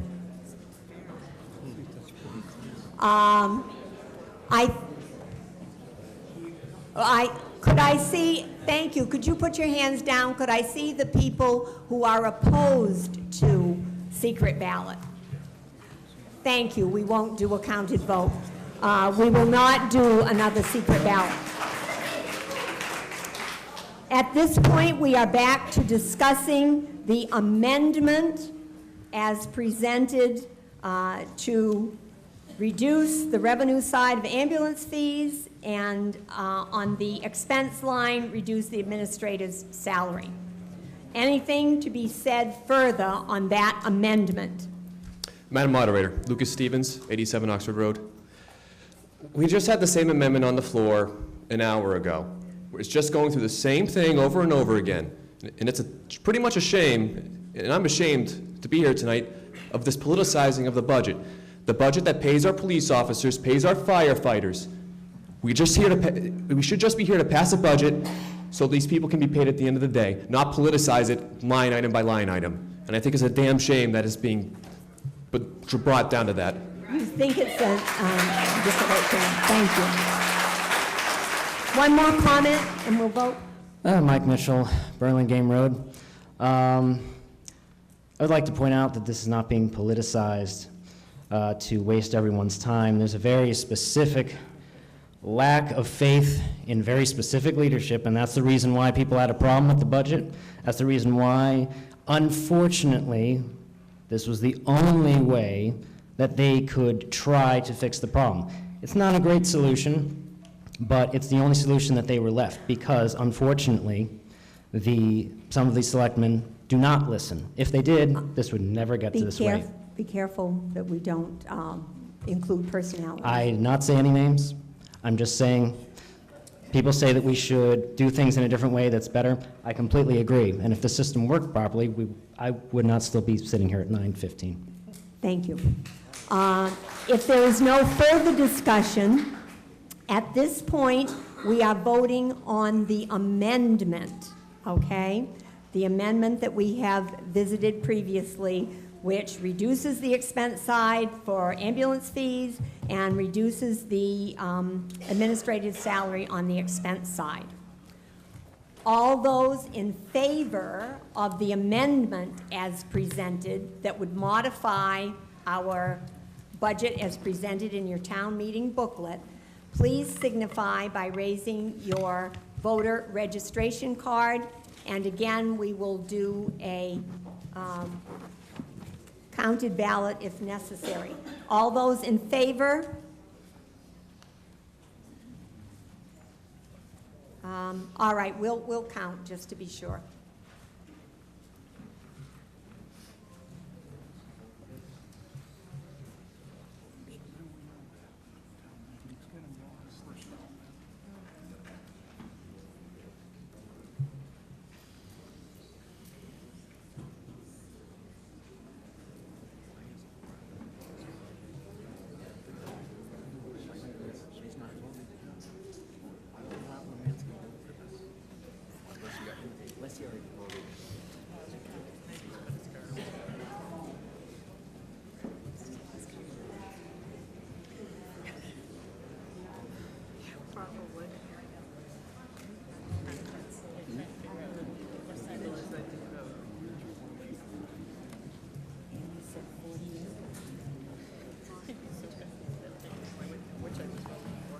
All those opposed by the same sign, please. No conversation, please.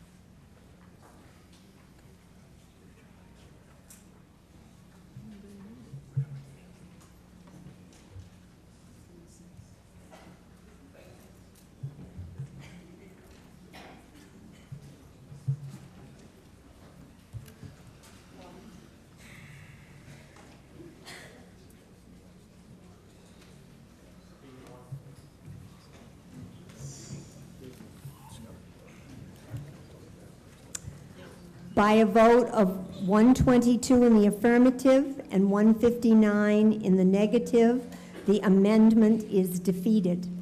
This brings us back to the original budget without amendment. If there is nothing further to be said on the original budget, I would call for a vote on that budget as originally presented, both verbally and in your town meeting booklet. All those in favor, would you signify, please, by raising your pink voter registration cards? We'll have one more counted vote. Again, a simple majority is necessary for passage.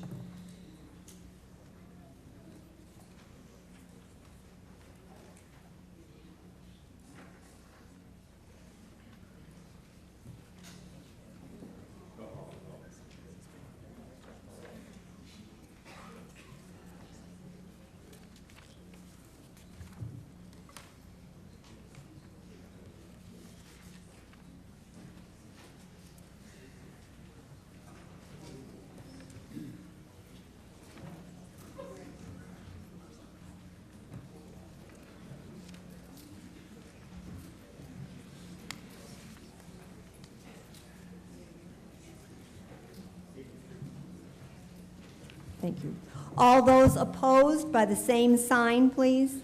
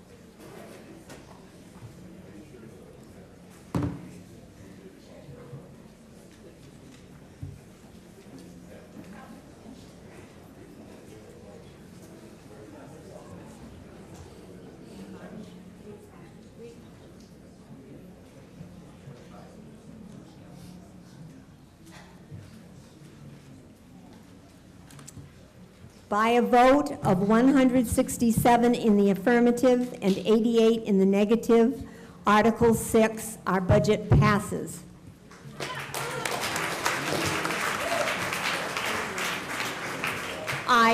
We will move on to the next article, but I do wish to thank you for your patience. Town meeting can be a deliberative process, and I appreciate your cooperation. Let's take a look at Article 7. Water Department Budget Enterprise Fund. To see if the town will vote to raise by taxation, borrow, or transfer from available funds and appropriate to the Water Enterprise Fund such sums of money as may be necessary, together with revenue from Water Department operations, to defray the expenses of the Water Department for the fiscal year beginning July 1st, 2019, or take any action relative thereto or thereon. Madam Moderator, Mr. Singer. I move that the sums listed in the last column below under the heading Revenues, be raised by taxation, transferred and appropriated to the FY 2020 Water Department Enterprise Fund account, to be expended under the direction of the Water and Sewer Commissioners for the respective expense purposes set forth in the last column below under the heading Water Enterprise Fund, each item being marked with an asterisk, being considered a separate appropriation, and I believe everyone has a copy of the spreadsheet in their handout. Correct. Is there a second for this motion? Second. We have a motion and second before us, which would establish the Water Department Budget Enterprise Fund as stated and as printed in your town meeting booklet. The Finance Committee's recommendation, please. The Finance Committee approves this motion. Thank you. The Board of Selectmen, recommendation? The board approves the motion? Thank you. Is there anything to be said on this budget article? Hearing no discussion, we will attempt a voice vote. All those in favor of Article 7 as stated and printed, please signify by saying aye. Aye. All opposed by no. No. A sufficient number in the majority, the article passes. Article 8, Sewer Department Budget Enterprise Fund. To see if the town will vote to raise by taxation, borrow, or transfer from available funds and appropriate to the Sewer Enterprise Fund such sums of money as may be necessary, together with revenue from the Sewer Department operations to defray the expenses of the Sewer Department for the fiscal year beginning July 1st, 2019, or take any action relative thereto or thereon. Madam Moderator, Ms. Spiewak. I move that the sums listed in the last column below, under the heading Revenues, be raised by taxation, transferred, and appropriated to the FY 2020 Sewer Department Enterprise Fund account to be expended under the direction of the Water and Sewer Commissioners for their respective expense purposes set forth in the last column below under the heading Sewer Enterprise Fund, each item being marked with an asterisk, each being considered a separate appropriation. And once again, I believe everyone has this in their packet. Do we have a second, please? Second. We have a motion and second before us to establish the Sewer Department Budget Enterprise Fund as stated and with the figures as printed in your town meeting booklet. Is there a recommendation, please, from the Finance Committee? The Finance Committee approves this motion. Thank you. And the Board of Selectmen? The Select Board approves the motion. Thank you. Is there anything to be said on Article 8? Hearing no discussion, all those in favor of Article 8 as stated and printed, please signify by saying aye. Aye. All opposed by no. No. The majority has it. Article 8 passes.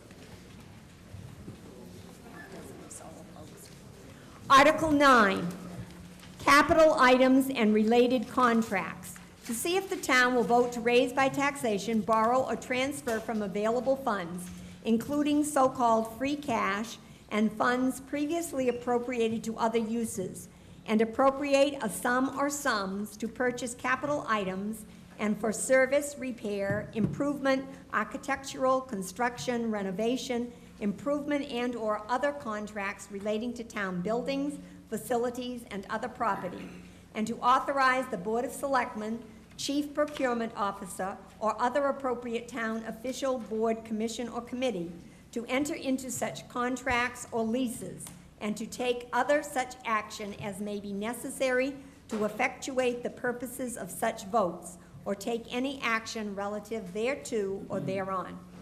Madam Moderator. Mr. Borowitz. I move to pass over until fall town meeting.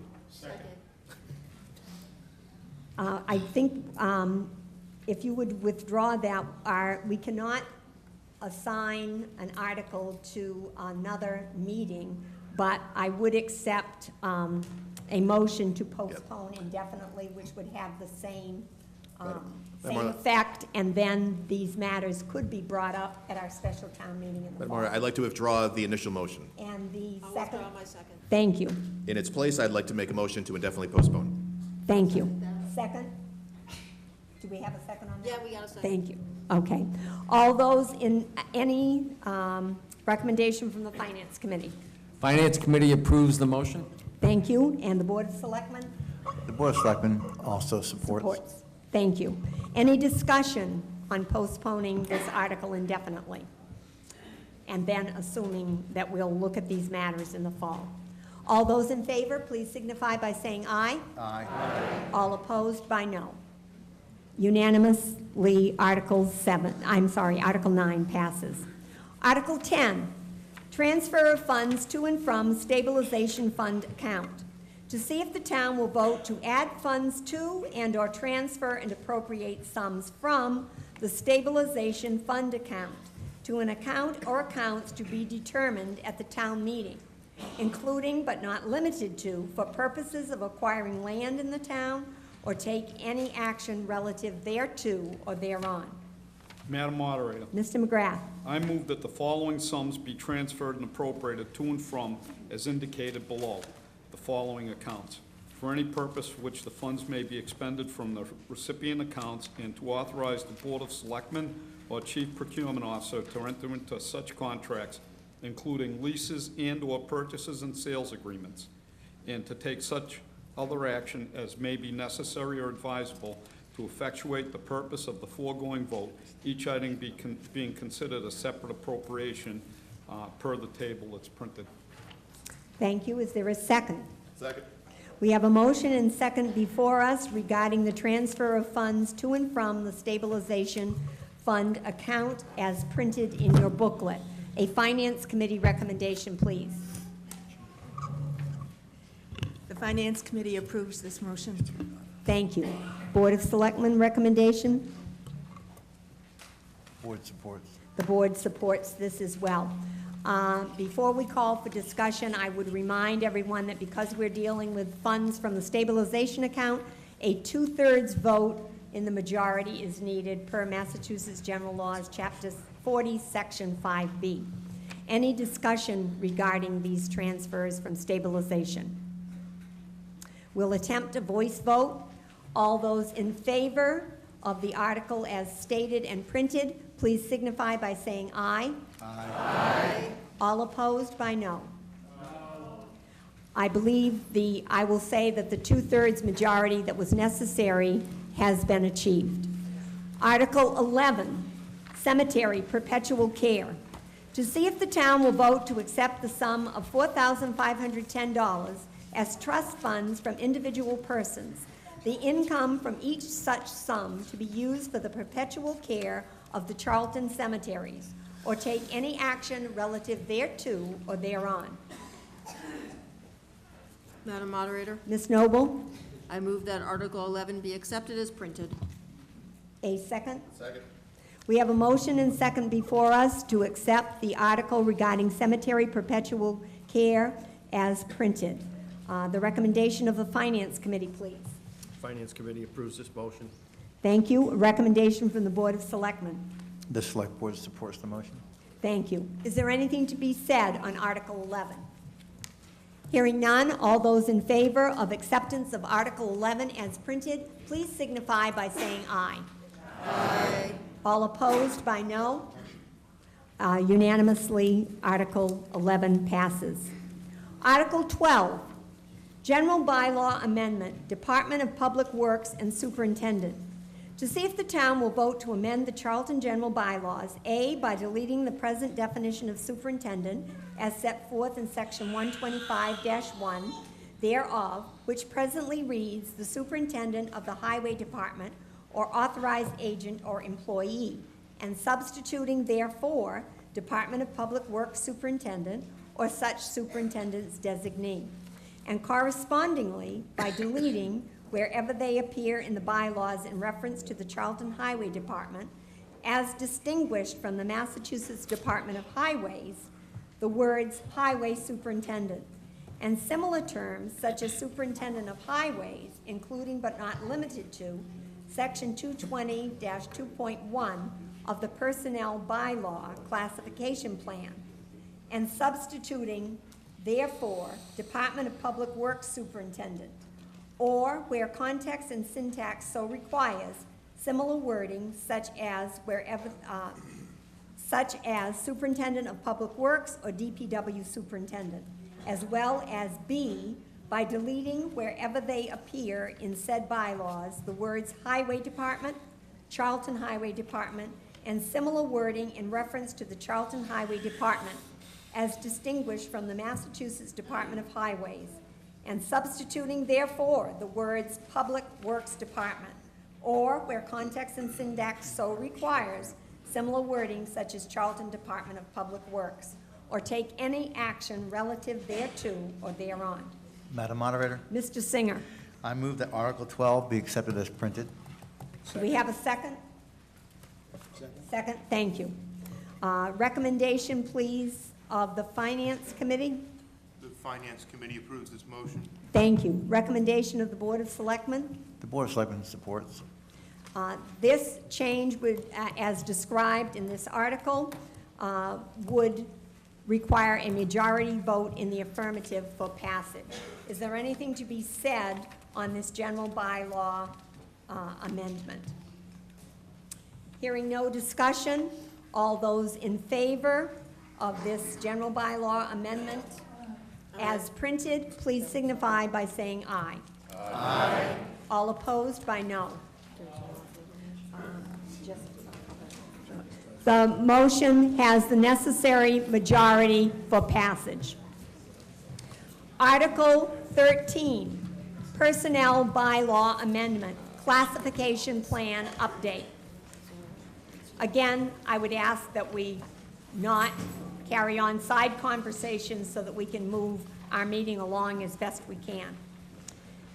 Article 13, Personnel Bylaw Amendment, Classification Plan Update. To see if the town will vote pursuant to Massachusetts General Laws, Chapter 41, Section 108A, and in accordance with the recommendation of the Personnel Board, to amend as follows the portion of its personnel bylaw appearing as General Code Classification Plan, Section 220-2.1, as most recently amended by vote under Warrant Article 14 of the May 15th, 2017 Annual Town Meeting. By deleting therefrom the following position in the grade listed, N8, Highway Superintendent, by adding thereto the following position to the grade listed, N8, Department of Public Works Superintendent. Any such amendment shall become effective immediately upon town meeting vote of approval, provided, however, A, that neither any particular deletion nor addition approved under this article at the town meeting shall take effect until and unless sufficient funds have been appropriated to fund any increase in compensation, which would result from addition as to that particular position. B, that any portion of such amendments, if any, as may require collective bargaining, shall not become effective until and unless resolution or impasse is reached through good faith bargaining as to same, or take any action relative thereto or thereon. Madam Moderator, Ms. Spiewak. I move that Article 13 be accepted as printed. Second. We have a motion and second before us that Article 13 be accepted as printed. Recommendation, please, of the Finance Committee? The Finance Committee approves this motion. Thank you. Recommendation of the Board of Selectmen? The Board of Selectmen supports the motion. And I will not call on the Personnel Board as they were the sponsor. Is there anything to be said on Article 13? All those in favor of accepting Article 13 as printed, a majority vote in the affirmative is necessary for passage. All those in favor, please signify by saying aye. Aye. All opposed by no. The necessary majority is achieved. Article 13 passes. Article 14, Personnel Bylaw Amendment, Human Resources Department Personnel Board. To see if the town, in accordance with the recommendation of the Personnel Board and pursuant to Massachusetts General Laws, Chapter 41, Section 108A, Chapter 40, Section 21B, and any other applicable legal authority, will vote to delete in its entirety the current personnel bylaw appearing as General Code, Chapter 220, Personnel Policies and Procedures, as most recently amended, and to substitute therefore the following 11 sections as printed in your town meeting booklet, or take any action relative thereto or thereon. Madam Moderator? Mr. Borowitz. What did I do? Just Mr. B is fine, it's much easier. Madam Moderator, I move that the bylaw amendment proposed by Article 14 be amended, A, by striking the final sentence of Section 2 as set forth therein, B, by adding at the end of Section 11, grievance procedure, Step 3, immediately following the sentence reading, the decision of the board shall be final. The following sentence, any employee grievance with respect to an exercise of administrative discretion by the town administrator may be commenced at Step 3 within 15 calendar days of when the employee knew or reasonably should have known of the act or omission given rise to the grievance, and the Board of Selectmen shall process such grievance within the timeline set forth in the second paragraph of this Step 3, and that otherwise the proposed bylaw amendment be accepted as printed. Second. Thank you, Mr. Borowski, for making that motion, and Mr. McGrath for the second. A recommendation, please, of the Finance Committee Finance Committee approves this motion. and the Board of Selectmen. The Board of Selectmen supports this motion. And since the Personnel Board is a sponsor, I will not ask them to come forward, but they obviously support it as well. A majority vote in the affirmative is necessary for passage. Is there anything to be said regarding this, this motion? Hearing none, we will attempt a voice vote on this one as well. All those in favor of acceptance of this article as stated, please signify by saying aye. Aye. All opposed by no. The majority has it in the affirmative. The article is passed. Article 15. Article 15, revolving funds.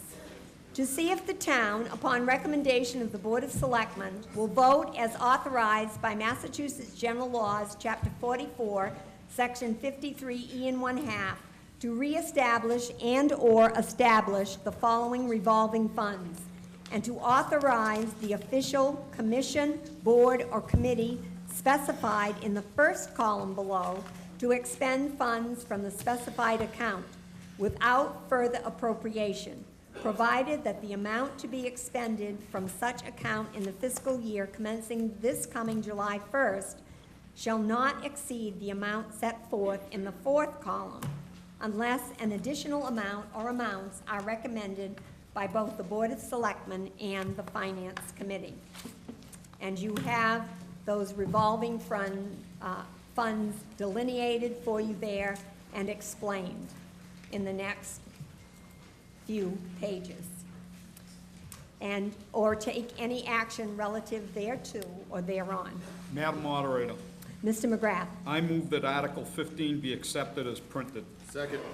We have a motion and second before us to accept Article 15 as printed in your town meeting booklet. A recommendation, please, from the Finance Committee. The Finance Committee approves this motion.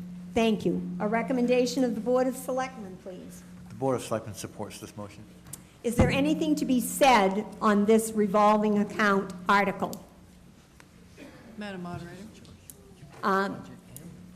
Ms. Craver will speak to it while the gentleman comes down. Yes, thank you. This is in every annual town meeting. The only change this year from last year is the recycling committee had a $1,000 cap, and they've asked to increase it because of their grants. So it has been increased from 1,000 to 5,000. Otherwise, the article is still as it has been. Thank you. Sir. Madam Moderator, Herb Moore, 88 Masonic Home Road. The article refers to the amounts set forth in the fourth column. As I read this, amounts are only in the fifth column, and I would ask for a clarification, or should the word fourth be changed to fifth? There are no amounts listed in the fourth column. The fourth The fourth column refers to the restrictions or conditions on expenses payable because the first column identifies the revolving fund. So then we count forward from that. If I start counting the columns, the first one is revolving fund, the second one is department board or officer, third is fees, charges, fourth is program or activity, and 5 then lists dollar amounts. And the thing very specifically says amount or amounts relative to column 4. Right, but what I'm saying is column 4 is the amounts because you have to identify on the left. The column furthest to the left just identifies which revolving fund we're talking about. So then the information about each of those revolving funds then appears in the next 4 columns. But we start counting with 1 in our system, not with 0. Correct, it's just a formatting, but if I can make it clear to everyone, we're talking about the final column to the right are our expenses. I would move that we change the wording from 4th column to 5th column so it aligns with what you just said.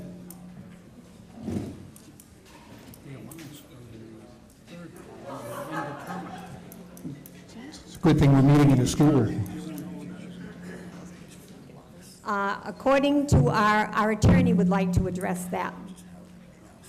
No, that's the name of the fund, and that's The amounts appropriated are actually in the 3rd column, fees, charges, or other receipts received.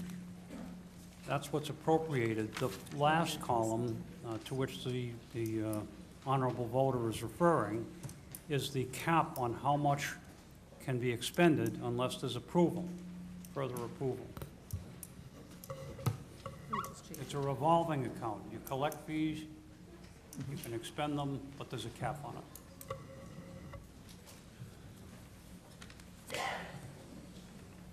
Sir, are you square with that? I guess it's my engineering background. I count columns starting with number 1 through number 5, and the only one that listed dollar amounts, which is what was referred to in the preceding comments, is column 5. Go ahead and change it. Thank you, and I'm sorry it provided confusion for you, but I hope it's clear, sufficiently clear for everyone to understand what's happening in this article the way it is printed. Attorney Cosgrove would like to speak one more time. My apologies to the voter. I just looked at that again, and the cap, that's what's referred to as being in the 4th, but you are correct that it's in the 5th. But as I've explained, the first column doesn't count, quote unquote, because it names the account, the revolving account of which we speak. So, technically speaking, the last column to the right is the money one that we need to be concerned with. All of that said, are there any further questions regarding the revolving funds? Hearing no other discussion, I would call for a vote. I'm sorry. I would call for a vote on Article 15 as printed. Although, again, a majority vote in the affirmative is necessary for passage. All those in favor, please signify by saying aye. Aye. All opposed by no. The majority has it, and in the affirmative, Article 15 passes. Article 16. New public safety building complex construction. To see if the town will vote to appropriate a sum of money to construct and equip a new public safety building, to determine whether this appropriation shall be raised by borrowing or otherwise, and to authorize the Board of Selectmen, Chief Procurement Officer, or other appropriate town official to enter into such contract or contracts, and to take other such action as may be necessary to effectuate the purposes of such vote, or to take any action relative thereto or thereon. Madam Moderator, Ms. Noble. with great pleasure.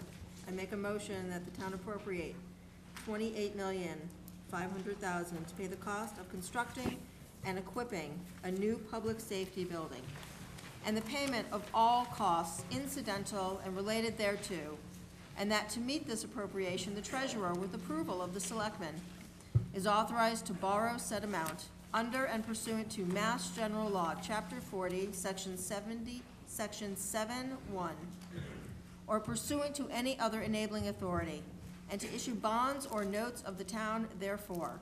The Board of Selectmen, Chief Procurement Officer, or any other appropriate town official or officials are authorized to enter into such contracts and to take any other such action as may be necessary to effectuate the purposes of this vote. Any premium received upon the sale of any bond or notes approved by this vote, less any such premium applied to the payment of the costs of issuance of such bonds or notes, may be applied to the payment of costs approved by this vote in accordance with Mass General Law, Chapter 44, Section 20, and thereby reducing the amount authorized to be borrowed to pay such costs by a like amount. Second.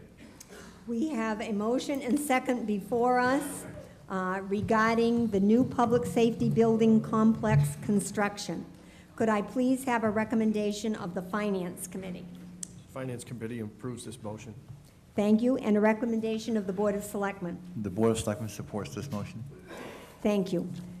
Before we start any discussion regarding this, the committee that has been working to develop a proposal for this safety complex construction has a brief presentation that they would like to share with you. They have been making this presentation at different places in town, at different venues. However, we wanted to be sure that the voters here had a full understanding of the project. So they are going to share that information with you now. We'll exit the stage so that the screen doesn't hit us.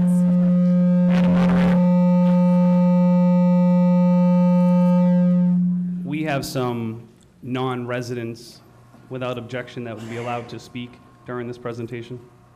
If there are no objections, we would invite the non-residents who worked on this project to add to the presentation. Hearing very limited objection, I would invite them to speak through your presentation. Thank you.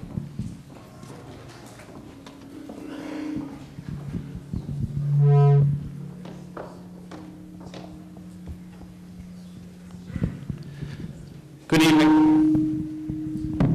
Let's see if we can get this volume.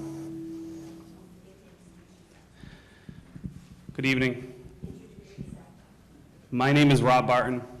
I live at 2 Mackenzie Road in the town of Charlton. I'm a full-time captain on the fire department, and I'm a member of the Public Safety Building Committee. This committee has been formed for the last 2.5 years. However, the venture to replace the fire station has been going on for 24 years. There's 8 members on the committee: Chairman Ralph Fisk, Brian Ouellette, Keith Cloutier, Joe Habler, John McGrath, Robin Craver.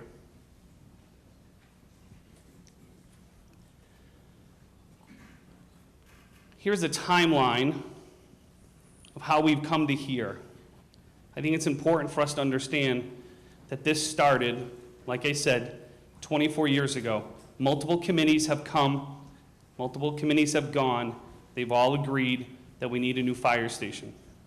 2.5 years ago, the committee was reformed. Shortly after we were reformed, it was decided that we needed to be a public safety building committee.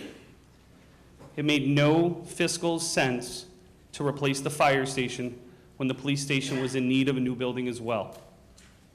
We'll go through the process and how we came about this. Fire headquarters, our very first fire station was Burt Gale Station, there on the left. It wasn't a fire station. It was really just a station, it was just a building that was designed to hold, when we got our first fire truck, they put it in there. Burt Gale was on the fire station. They got our second fire truck, they added there. That was in place until the flood occurred. In 1958, our first fire station was built. It was originally a 3-bay, 1-story station with no intentions of ever having full-time firefighters in there. Back then, it was a volunteer department. In 1968, 2 additional bays were added onto the building, just because of added equipment. 1986, Bay Path High School came in and added a 2nd floor to the building. 1989, we had our very first full-time firefighters that were hired. 1999, we got our first fire chief. Fire Station 2, up on North Main Street. It was built in 1929 as a highway barn. Never intended to hold fire apparatus. In the 1970s, we received a surplus fire truck and we started taking over the building. 1 bay, highway gave us another bay, then they gave us another bay. Eventually, we took over all 4 bays. Townspeople, if you remember, there was a building behind that station or that structure, and then there was the Quonset hut, which was the highway department. Several years ago, 2008, highway department got a new building. They took down the Quonset hut, they took down the building adjoining to it, thus taking away our water and lavatory facilities up there. Fire Station 3, it's across the street from headquarters on Power Station Road. It holds our tower truck. It was built by the Worcester County House of Corrections during their community outreach program. Tower 1 was specifically designed to fit inside that building. And when I mean specifically designed, we had to scrape out the spray insulation foam in order to back the truck in the day it came in. When the doors close, we can't walk in front of the truck, there's not enough space. Firefighters come to headquarters, they get their gear, and they run across the street in order to respond in that ladder truck to an emergency in town. Just a significant delay that occurs. That building, Station 3, that holds our ladder truck, isn't even on town land. It's on leased land. I don't know why it's not advancing. Ryan, can you go advance it? Yep. Oh, there it goes. Sorry. I gotta be a little closer.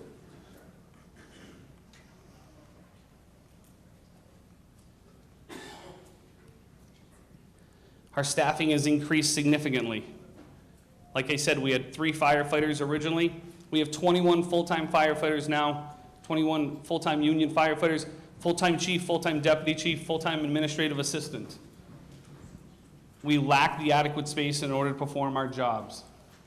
We don't have the ability to check the apparatus appropriately. We don't have the ability to decon our gear appropriately. Our turnout gear comes back and it gets washed in a regular washer dryer. Doesn't actually get cleaned. Firefighters have to respond to headquarters, and then we respond up to Station 2 to respond in some of that specific apparatus that's up there. Station 2 has 4 bays. There's 5 pieces of apparatus. The boat is parked behind 2 vehicles. Our call volume in the fire department continuously grows. In 2017, we broke our history record in the department. We did 2,449 calls. Last year, we broke that record. This year, we're on pace to break that record again. The police department. Many of you don't know this, but it was built 29 years ago. 29 years ago is not a very long time for a municipal building. We understand that. However, significant amount of things have changed in the last 29 years in regards to technology, in regards to their call volume, in regards to their personnel. 911 didn't exist back then. It exists today. Last year, they received 4,500 emergency calls into their communication center by 1 dispatcher. As the fire department calls increase and the police department calls increase, so does the dispatcher's calls for answering the service. Their lobby is a difficult situation as well. They lack a bathroom. Not only that, but more and more things come into the lobby. Registered sex offenders come into the lobby. Needle exchange programs are in the lobby. There's no way to separate individuals that come into the lobby waiting to speak to a police officer. There's no bathroom for them. The dispatcher can't release them into the building for obvious reasons. The prisoner area is inadequate. They can only process one prisoner at a time. Back then, 29 years ago, the crime was much different then. There wasn't as many OUIs, there wasn't many distracted driver arrests, there wasn't as much drug arrests.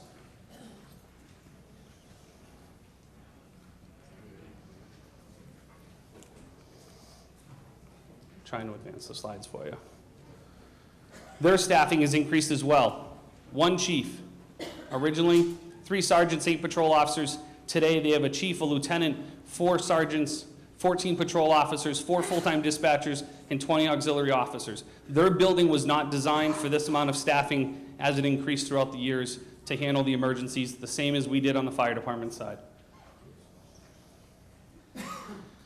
We selected the site that we selected last May. You guys appropriated the money to purchase the land across from the Overlook. We looked at 7 different sites. 7 sites in order to come up with the one we did, which we knew was the best site possible. You guys voted last May to hire an OPM, an owner's project manager, who's here tonight. Representative from Tecton, Kevin Heffernan. You guys appropriated money to hire an architect to help us with this project. Rebecca Hopkins is here as well. She's going to talk to you about the proposed site, what we've done on the site, how we've come about this, the layout of the building, and then we'll have a couple more informations and then we'll get some questions. I would imagine there's probably 1 or 2. I will do so. Again, Rebecca Hopkins with Tecton Architects. I am a small part of a very large team, a multidisciplinary team with a combined resume of probably over 300 public safety facilities, mostly in New England, but that range all the way across the country. Our site, as mentioned, is right on Masonic Home Road across from the Overlook. As a part of this phase of the project, we did an in-depth site analysis. This included wetlands delineation, a full survey that included topographical information. We did a full phase 1 environmental study, which tests all the soils on site. Geotechnical borings, also to determine where the bedrock was located. We did a traffic impact assessment to look at the impact of putting a public safety facility on Masonic Home Road. This phase also included a full schematic design from an architectural civil standpoint, but also narratives from all of our engineers to incorporate their scope of work as well. All of this was tied into a comprehensive schematic cost estimate. So looking closer at the site, it's a little bit off screen, but the existing police station is right off the screen there. So our proposed site location is directly next to that as a portion of the larger site. There are 2 proposed driveways. One on the upper left is intended as a dedicated public entrance and exit, and also a dedicated fire apparatus response exit. The lower driveway curb cut is dedicated for police. Due to the fact that it's a public safety facility, we have to work with multiple groups of people, public, fire, and police. Police mostly respond from the road. However, fire, we have to take into consideration how they respond off-site. There are 3 main parking lots that I'm going to talk about. There's a little overflow lot in the back, but there is a dedicated public lot in front that has the full capacity to support a shared community training room. There is a dedicated fire lot, which will be used by on-shift, on-staffed members, directly adjacent to their primary exit and entrance. And then there is also a dedicated police lot, which will be used by the police officers storing their personal vehicles, and will also have a carport for all of their cruisers on site. The floor plan here, we've kind of delineated out the major sections. You have a public area. The fire department is in red, and the blue department is in the blue is the police department. There is some overlap. There's a lot of shared infrastructure, shared mechanical spaces, electrical spaces as well, but this is the cleanest way for us to describe the different areas of the building. The main lobby area has those dedicated toilet facilities that Rob mentioned, and it really focuses on the separation of the different type of public that would come into the building. Having separate interview rooms to place them in would allow the police also to access those from a secure point. On the police side, as you continue down, you have the main dispatch center, report, their main patrol area, and all of their prisoner processing and detention facilities on the first floor. On the first floor of the fire side, you have most of their administrative offices, and then if you continue down the hall, it goes right into your firematic support spaces and your main apparatus space. All of those firematic support spaces really get to all of those inadequacies that Rob mentioned earlier in the presentation. There are transition zones between all of these cold sides of the building and hot sides of the building, really trying to control the contaminants as they go from where the turnout gears and the apparatus are located to where the offices and spaces like that are located. On the second floor, there's full public access to a community training room. This is intended to meet any needs that the community or town has, but then also for additional training for the departments. It has additional facilities upstairs as well, including the opportunities for a full EOC in case of a town emergency. On the police side, if you continue onto the second floor, you have their main administrative suite. So it's all of their offices there, with their detective or investigative unit down on the lower left, and on the right, their locker rooms and fitness and tactical training facilities. On the fire side, you have their main living quarters. You have all of their bunks, day room, kitchen, dining, report writing, etc. And that overlooks into the apparatus bay. It provides them easy response down, but it also provides a lot of opportunities for internal training. We have a lot of height within the apparatus bay area of the building, so by creating mezzanine spaces, we can bring some of that training inside. This is just a very high-level schematic of what the building exterior is going to start to look like. Again, we're at a schematic design level, so it's really important for us. We just started talking about materials. It's very important to us as a team and as a public safety building committee that this building fits within the town. It belongs to the community in which it resides. It's not our building. So there's going to be a lot of refinement here on what materials best fit and how we fenestrate the outside of this building. So over the presentations that we've done, questions have come up as far as what are we going to do with the existing structures, and it's a great question. The existing Station 3, the Quonset hut, it's part of the lease agreement. It goes back to the person that we have the lease from, so they get the land back, they get their actual building back. We can't move the building, we can't use the building.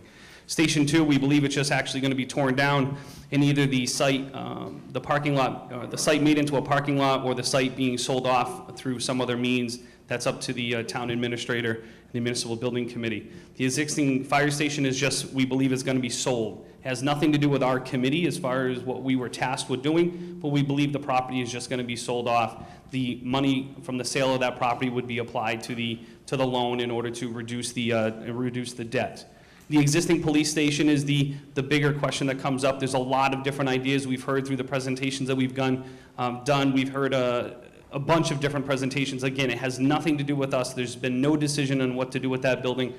That's for later on down the road in order for the municipal building committee that is established to decide what the best use of that building is.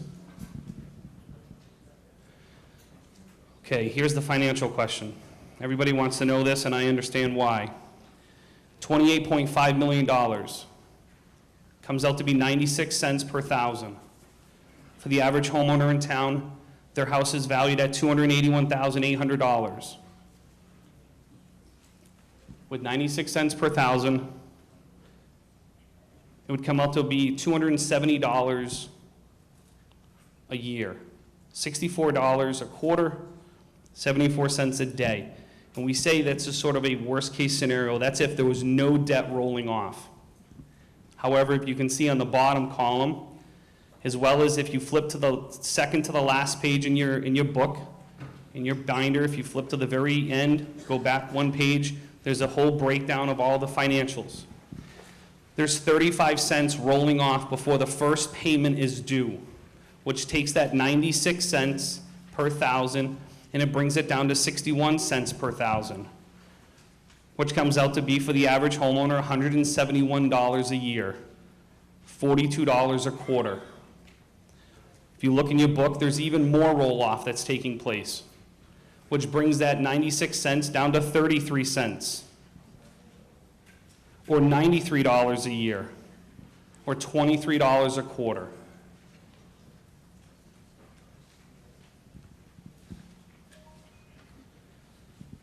We think the time is now, and we're actually going to be ready for any questions.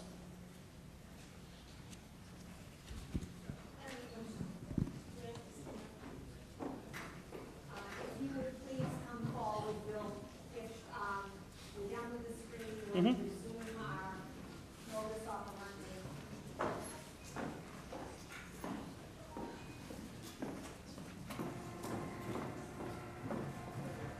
At this point, we are open for discussion, which certainly can include questions that will probably be best answered by our committee. If you would just identify yourself and where you live, please. Angela Santamaria, 9 Richardson Corner Road. Thank you. Can you speak right into the mic? It's difficult to hear. Angela Santamaria, 9 Richardson Corner Road. Thank you. So, is there room for growth in this building, since the first police department is only 29 years old? So it's a great question. It's a question that has come up multiple times. Sorry, Madam Moderator. It is a question that has come up several times. We designed this building for growth. We designed this building for the next 30 to 50 years because we don't want to run into the same problem that we've run into with the police station. Police station, again, it changed significantly fast for them in the last 29 years. There is a potential of room for growth in here. But bear in mind that there's a fine line between designing this building for the future and making sure that we understand that we don't have a blank checkbook. We didn't design this building with the thought of we have a blank checkbook and we can put any dollar amount up there. So we did design it for the future, but we also designed it sort of in a manner that is reasonable. It's impossible for us to figure what we're going to be doing in 50 and 60 years from now. We did the Tecton architects use their formatting, and they actually estimated our projected call volume for both police and fire for crime rates, and they actually gave us some suggestions as far as where we think we will be in 30 years. Thank you. I have one more question. Certainly. I'm used to seeing fire stations like right on the road. How long is the drive from the bay to the street? Because to me, that would add significant seconds. It's a great question. So if you're standing on Masonic Road, in case anybody wants to get a little visual reference to it, it's that dirt turnoff area that you sometimes see buses sitting in. That's where we're talking, in that field right behind that area. From the road to the edge of the building is about 60 feet. So then you would have to go from the front of the building all the way to the back of the building. We feel that the distance is minimal compared to what we're having to respond with now. The committee, when it formed and when it was selecting a site, we wanted to make sure we were on top of the hills. Charlton, as you know, we have a lot of hills. Every time we have to climb a hill, there's a significant delay in our response. We made sure that we were on top of the hill. If you, in your picture, in your program, you guys got a picture of the site. The apparatus bays are all the way to the top. If we come out of the apparatus bays and we make our way to Masonic Road, it's on level ground. There's no climbing of hills. We come out, it's on level ground, we take a left onto Masonic Road. There's a small area of Masonic Road that we'll have to climb before we crest the hill at the existing police station. Thank you. Thank you. Is there any further discussion or any other questions for the committee? We'll take another question or comment. It's a... Identify yourself again, please. Sure. My name is Stephen Doucette. I'm 105 Blood Road. I'm also the president of the Charlton Lions Club, and the fire department and police department came to our club and did this same presentation. And the Lions Club feels very strongly. They've been incredibly supportive of us throughout all of our endeavors to try to help the town. And the fire department and the police department have been behind us 100% all the time. The club voted unanimously to come down and really voice its support for this facility. One of the things that we found to be quite amazing is that the fire department can't order regular size fire trucks for the existing buildings. The garage bay doors are not even big enough to accommodate them. So they have to order special size equipment, which is much more expensive and doesn't do the job that they need to do. The police department can't back an ambulance into the current facility to take care of people who have medical needs who are in the police department. So the Lions Club is asking everybody in town to please vote and support this proposal. Thank you. Thank you for your comments. Other questions or comments? Sir? Hi, Mike Mitchell, Burlingame Road. I've only been in this town for about 4.5 years, and it's rather appalling to actually find out the conditions that the brave men and women who protect this town from fire and from crime have been enduring. I very much support this new construction, and I hope that everyone else in this room does too. Thank you for your comments. Anything further to be said on this issue? One more comment here.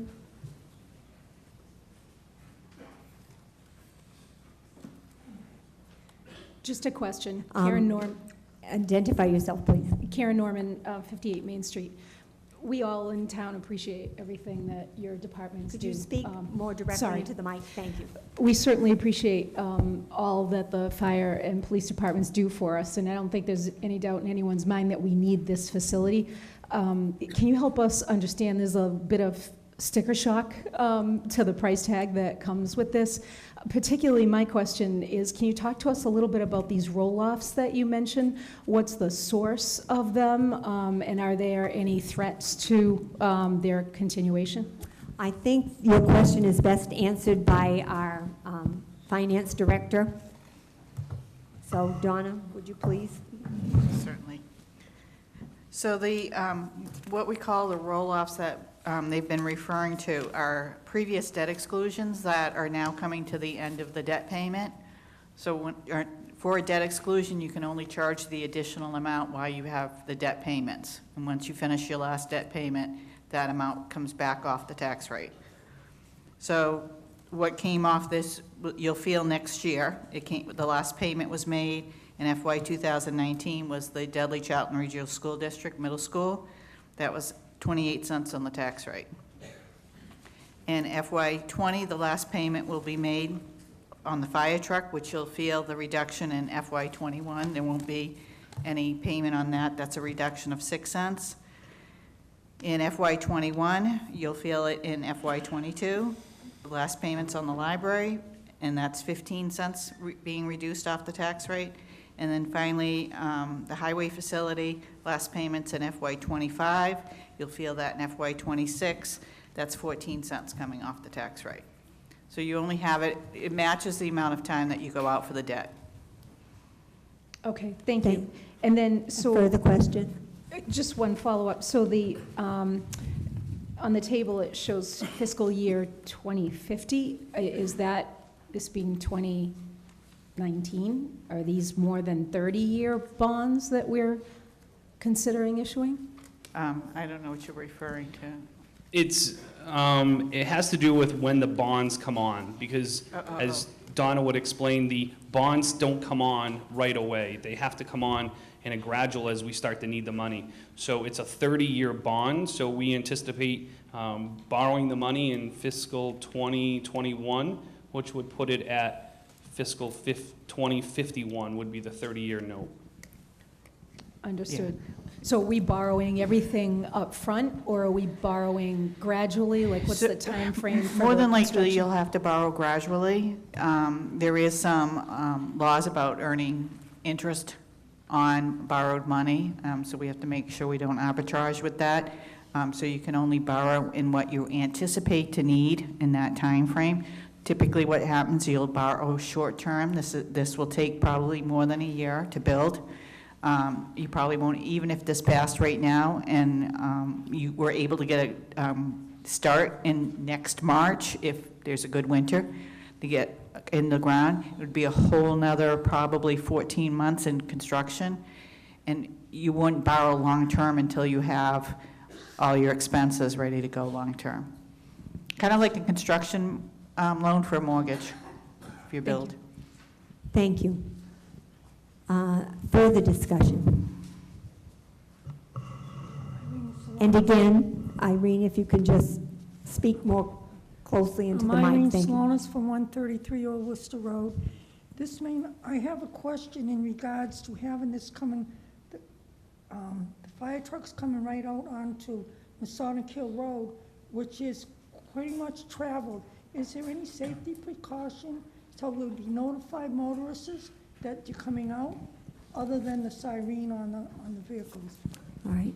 And what is it if you have? Yeah, so the traffic engineering study conducted determined that there was no need for a full traffic signal light on Masonic Home Road.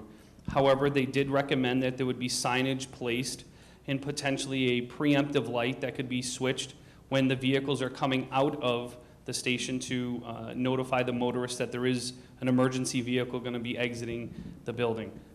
It is within line of sight, but there would be some signage that would go up that would, give the motorists an indication that there is a public safety complex or a fire station right up ahead. Now, adding to further that, question, is Irene? it going to be anywhere in where trees are up there?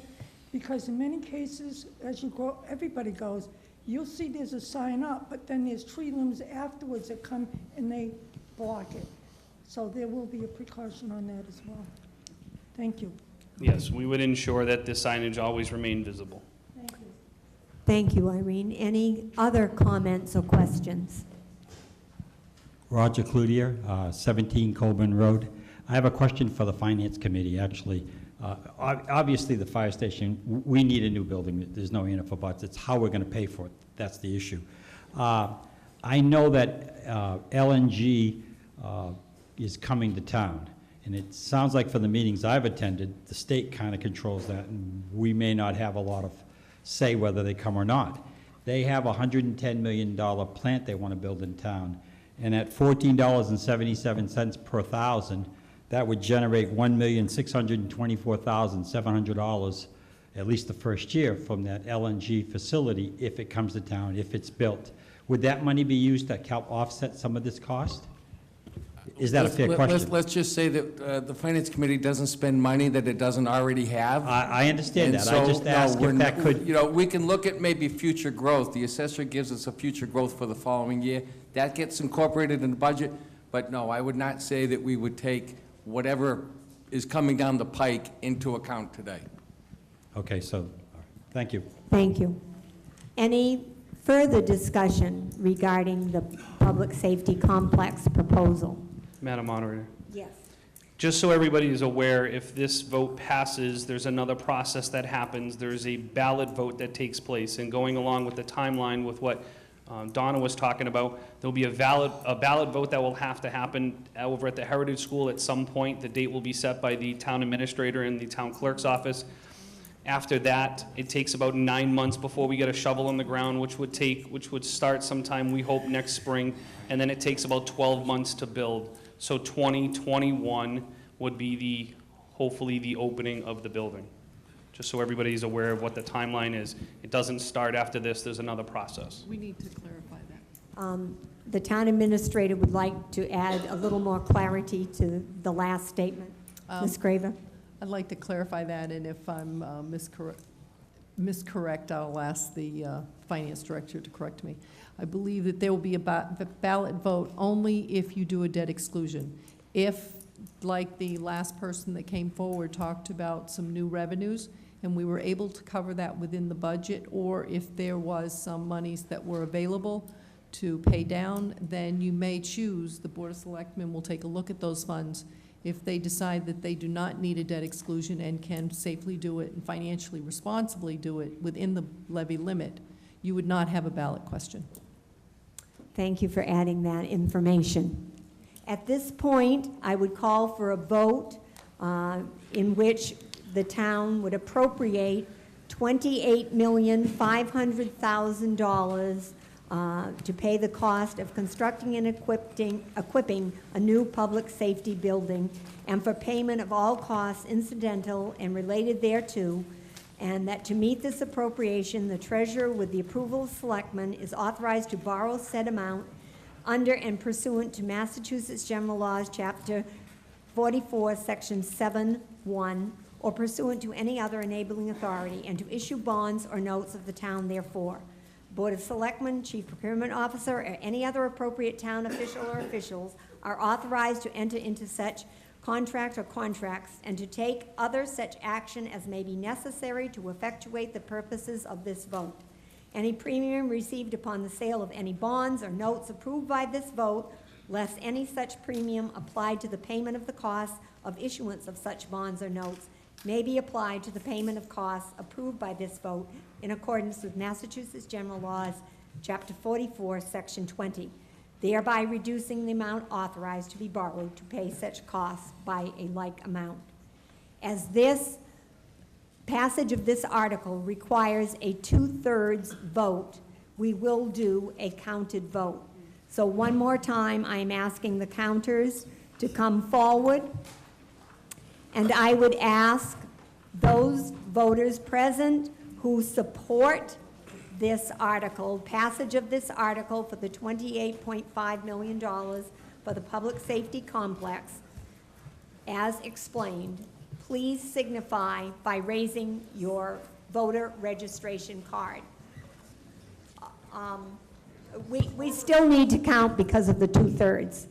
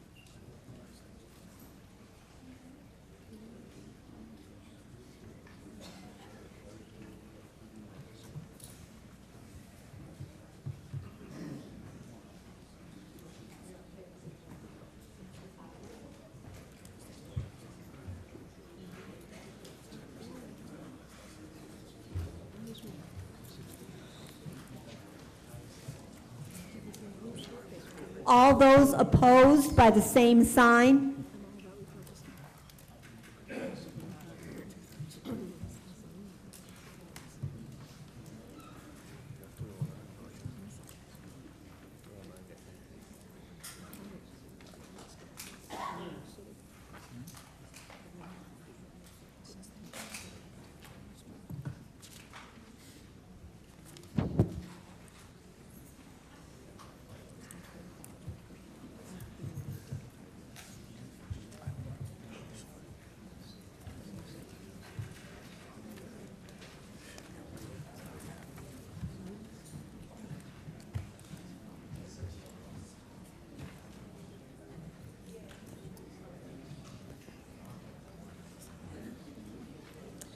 By a vote of 209 in the affirmative to 41 in the negative, the public safety complex passes.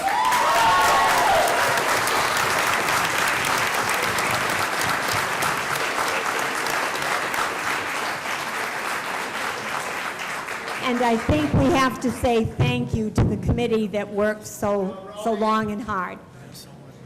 Thank you. On to Article 17.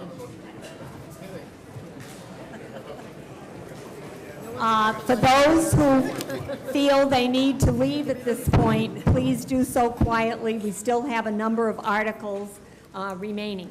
Article 17, transfer of funds for purchase of Gale Road properties for public water supply. To see if the town will vote to transfer and appropriate a sum from the Exxon Settlement Fund balance reserved for water capital projects, receipts reserved for appropriation account, number 1508-3262, to the Water Enterprise Public Water Supply Acquisition Account for the acquisition by purchase, eminent domain, or otherwise for public water supply purposes of all or a portion of the following parcels of land located on Gale Road, Charlton, Mass., consisting of 1, approximately 35½ acres and shown as parcel 72B9 on the Charlton Assessors Map, believed to be owned by James R. Phillips and Joyce L. Mellon Phillips of 25 Gale Road, Charlton. And 2, approximately 7.92 acres and shown as parcel 72A10 on the Charlton Assessors Map, believed to be owned by Robert B. Burns and Beverly A. Burns of 1,000 Brooks Pond Road, Unit 101, Leominster, Massachusetts, 01453, and costs incidental and related thereto, or to take any action relative thereto or thereon. Madam Moderator, Mr. Singer. I move that the sum of $228,000 be transferred and appropriated from and to the accounts listed in the article as printed, and that in all other respects, the article be accepted as printed. Second. We have a motion and second before us that the sum of $228,000 be transferred and appropriated from and to the accounts listed in the article as printed, and that in all other respects, the article be accepted as printed. Could I have a recommendation, please, from the Finance Committee? The Finance Committee approves this motion. Thank you. A recommendation from the Board of Selectmen, please. Board approves this motion. The board approves the motion. Thank you. Is there anything to be said on this matter? A majority vote in the affirmative is necessary for passage. Mr. Boria. Mr. Moderator, if the voters would indulge me, my name is Pete Boria. I'm the Water Sewer Superintendent. If I could just give a brief description of why we'd like to purchase this property? Certainly. Okay. So for the past 15 years, the Water Sewer Commission has been trying to find their own in-town water supply. And unfortunately, over numerous times, we've run into different roadblocks for different parcels that have been identified as potential sources. About a year and a half ago, we started to revisit this because it's a priority, again, of the Water Sewer Commission in discussions with the Board of Selectmen and the Finance Committee to try and be self-substantial from the town of Southbridge and have our own in-town public water supply. So we identified some areas down by Buffinville Reservoir, which we've done numerous exploratory wells previously, and identified a piece of property that had the correct elevation, which got us out of the flood inundation zone, which allowed us to develop that parcel of property. We went and met with the DEP and told them what we were considering, and we had some grant money set aside that allowed us to start doing the exploration process. Once we got that approval, we talked to the property owner, and again, although there are two parcels identified in Article 17, they're two separate purchases, and they're going to be treated as separate purchases and stay separate parcels after. So the first parcel that we got under agreement was Parcel 1, which is 35 acres owned by Mr. and Mrs. Phillips. We entered into an access agreement with them to be able to get access to their property, do some preliminary clearing, and also drill some wells and see what's available there for potential water. This piece of property is landlocked, and it's currently listed by the assessors as undevelopable. So we negotiated a price of approximately $5,000 per acre, and roughly we were looking at 20 acres of the piece of property that had the correct elevation that we could use to get us approval through the DEP.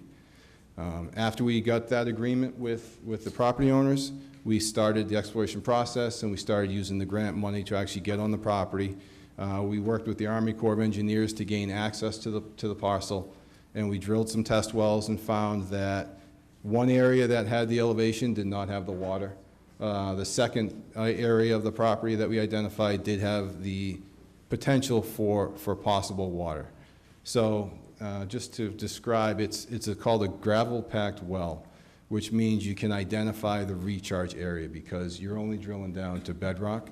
So you can pretty much identify how deep to the bedrock, how deep the gravel is, and try and identify where that recharge area is coming from.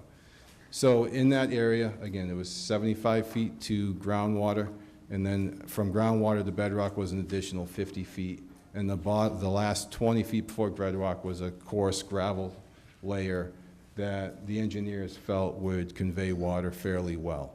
So we drilled that well. We did I believe a 48-hour pump test at that time at 30 gallons per minute in that area, and found that the well dropped a little bit, recovered, and held a consistent level for the entire pump test, and recovered fairly quickly after the 48-hour pump test was done.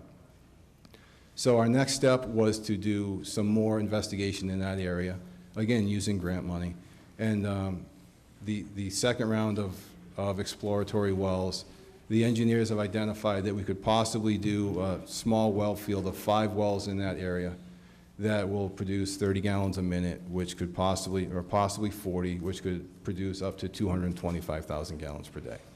So for that one parcel, for those 20 acres, the purchase price is $100,000. We're also carrying $20,000 in here for surveying. And for that parcel, we applied to the state for a water supply protection grant, which is a 50% reimbursement, which we have been awarded. So for that one parcel at $120,000, we should get $60,000 reimbursement from the state after we purchase it. Now, again, that parcel was landlocked, so it had its own challenges for us to get access through the Army Corps property. As we were exploring Parcel 1, Parcel 2 came on the market as a buildable house lot. It's a reduced frontage, 8-acre parcel. So it has access to Gale Road, and it directly abuts Parcel 1, and it gives us kind of a direct shot directly to where the well field would be. So it's a very integral parcel to be able to develop Parcel 1. That was listed for $125,000 as an 8-acre buildable lot. We negotiated that down to $108,000, and we have an agreement to purchase that as well.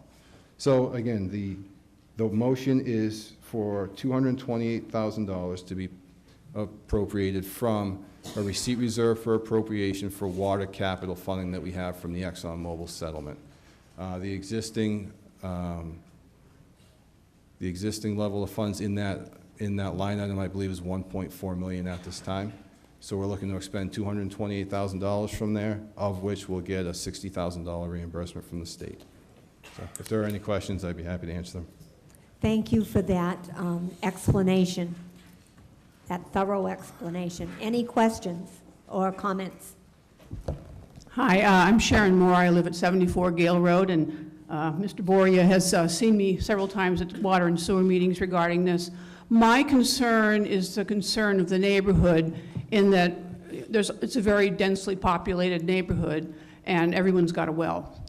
And everyone that I have spoken to in the neighborhood about this, going on, it's just kind of something, we all live in the Buffinville area, is concerned about whether or not it will impact our wells. And the water and sewer folks are aware of our concerns, but I wanted to bring them before town meeting too.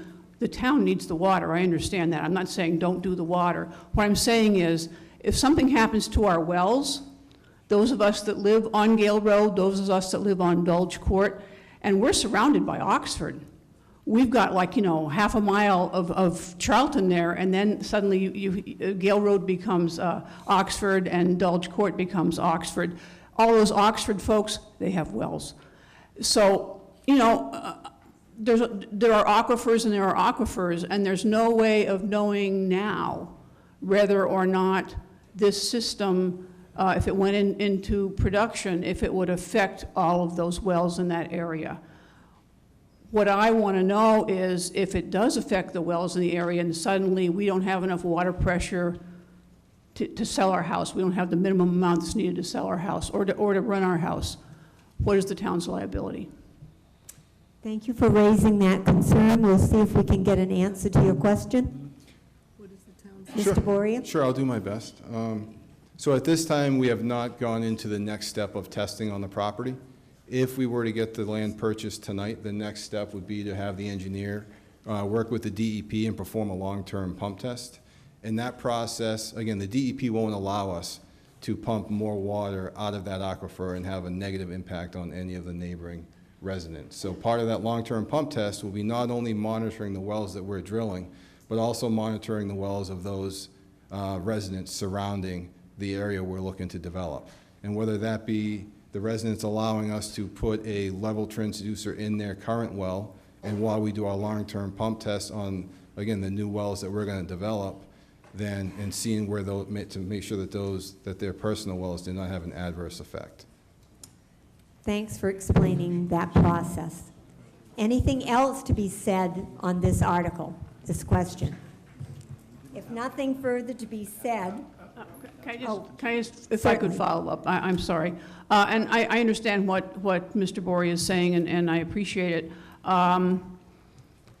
If, God forbid, this 200 and some thousand gallons a day starts getting pumped out of out of the Buffinville area, and 5 years from now, suddenly people are finding that their wells are being impacted. What I want to know from the town is, will the town assume responsibility for getting us some water? If that happens, and I know it's a hypothetical, maybe it'll happen, maybe it won't, but this is going to be a big project, it's going to be a long-term project. Will the town be responsible for putting water pipes in on Gale Road and Dulwich Court to make sure that we have water if we start losing water in the future? I'll see if I can get an answer to your concern.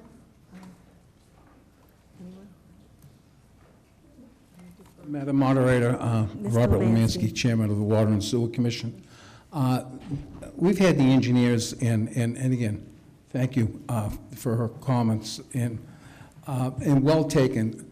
We've been told by the engineers that it's two different water sources. People who have artesian wells, that water does not come from the aquifers of where the gravel pack wells are. And based on their experience, they pretty much assured us that yes, they will do the proper testing to make sure that there is no impact. And based on their experience, they've really never come across an impact of gravel pack wells on rock wells. Thank you. Thank you for adding that information. Sir. Dan Stevens, Coburn Road. I was wondering, seeing how this project is being proposed and buying the land on Gale Road, one way or another, that water has to come through Oxford. Correct? I'll see if I can get an answer to that question. No, it does not. We're proposing at this time, there's two proposals. One is to directional drill under Buffinville Reservoir to AF Putnam Road and come out to Oxford Road that way. Another way is to come out to Gale Road and head, that would be north, cross the spillway either by directional drilling under the backside of the spillway or doing a bridge and suspending the pipe over a footbridge to that roadway by where the Buffinville office is, and then going on Army Corps property, cross lots along the actual reservoir dam up to Oxford Road. I'm just kind of surprised the federal government would go along with that. Well, Army Corps has been very cooperative with us so far, so they have been interested in this project, and they have some needs for possible water in the future for their own property. So you'd be drilling, Through the moderator. okay, I'm sorry. So you'd be drilling diagonally under the reservoir? That's one possible route, yes, And to then get to bringing AF it Putnam back Road. up on the other side? Correct, just like they do with the oil pipeline that goes under there currently. Okay. Thank you for raising those concerns. With nothing more to be said, on Article 17, a majority vote in the affirmative is necessary. I will attempt a voice vote, but we will count if close. All those in favor of the sum of $228,000 being transferred and appropriated from and to the accounts listed in the article as printed, and that in all other respects the article be accepted as printed, all those in favor, please signify by saying aye. Aye. All opposed by no. No. The majority has it. Article 17 passes. Article 18, transfer of Exxon funds for future water capital projects. To see if the town will vote to transfer and appropriate a sum from the Exxon settlement receipts reserved for appropriation, RRFA, General Fund Debt Payments Account 1508-3263, to the Exxon Settlement Fund balance reserved for water capital projects receipts reserved for appropriation account 1508-3262, or take any action relative thereto or thereon. Madam Moderator? Ms. Spiewak. I move that the sum of $2,233,814.18 be transferred and appropriated from and to the accounts listed in the article as printed, and that in all other respects, the article be accepted as printed. Second. We have a motion and second before us that the sum of $2,233,814.18 be transferred and appropriated from and to the accounts listed in the article as printed, and that in all other respects, the article be accepted as printed. A recommendation, please, from the Finance Committee. Finance Committee approves this motion. Thank you. And from the Board of Selectmen. The Board of Selectmen supports the motion. Thank you. Anything to be said regarding the matter brought before us in Article 18? Mr. Meskis. Madam Moderator, Kurt Meskis, 72 H Foot Road. I propose an amendment to this article. I move to amend Article 18 by striking out the words to the Exxon Mobil or the Exxon Settlement Fund Balance Reserve for Capital Projects Reserve Appropriation Account 1508-3262 and insert in place to pay for a portion of the design, construction, and equipping a new public safety building and for the payment of costs incidental and related thereto to said building. And yes, I have it. We have a motion and second before us to amend the motion in Article 18 by striking out the words to the Exxon Settlement Fund Balance Reserve for Water Capital Projects, Reserve for Appropriation Account number 1508-3262, and in place insert to pay for a portion of the designing, construction of, and equipping a new public safety building, and for the payment of cost incidental and related thereto the said building. We have a motion and second before us regarding this amendment. Is there anything to be said on the amendment? Madam Moderator?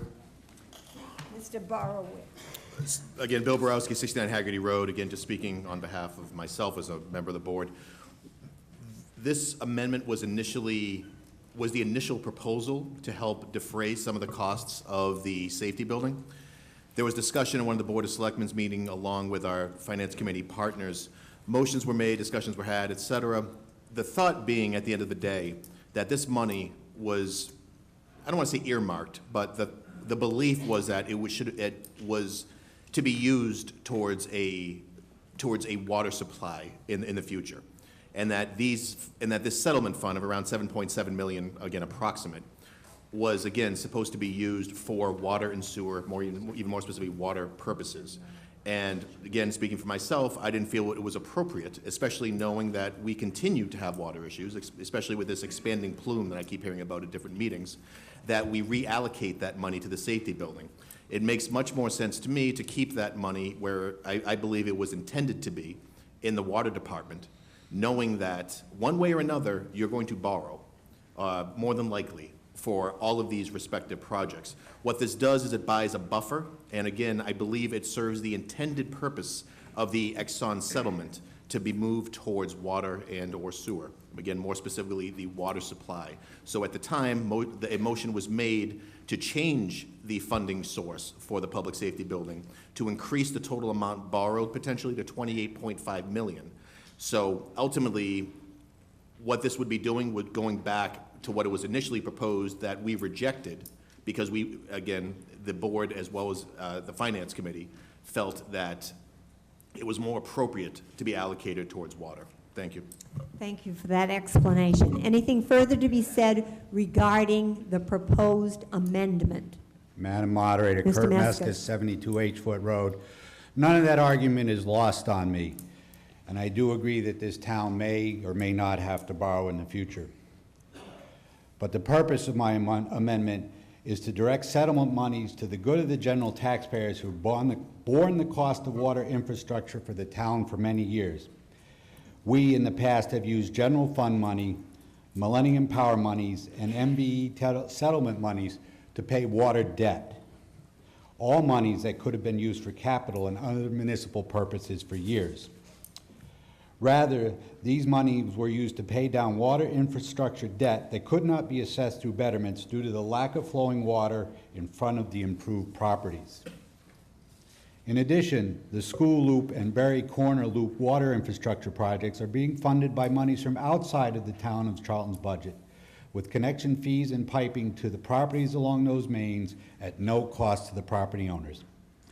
I believe it is time for the taxpayers who have not received municipal water, essentially free, to use this approximately $2.2 million for the good of the community by applying the settlement money given to compensate the community for the harm caused by the responsible parties for the good of the whole of the community, not just those who have the ability to obtain public water. And as mentioned in the previous article, Mr. Boyer stated they have approximately $1.2 million in the Water Reserve Capital Account. Thank you. Thank you for explaining the purpose behind your motion.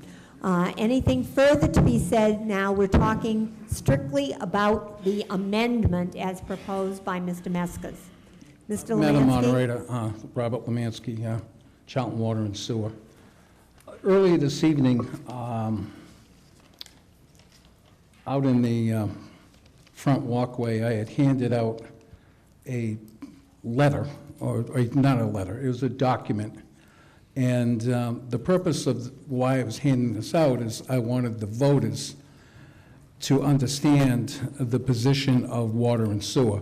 And this particular document was dated, or is dated, excuse me, April 12th, 2016, and it's headed Press Release, authored by Robin Craver, our town administrator, which says Summary of the Settlement.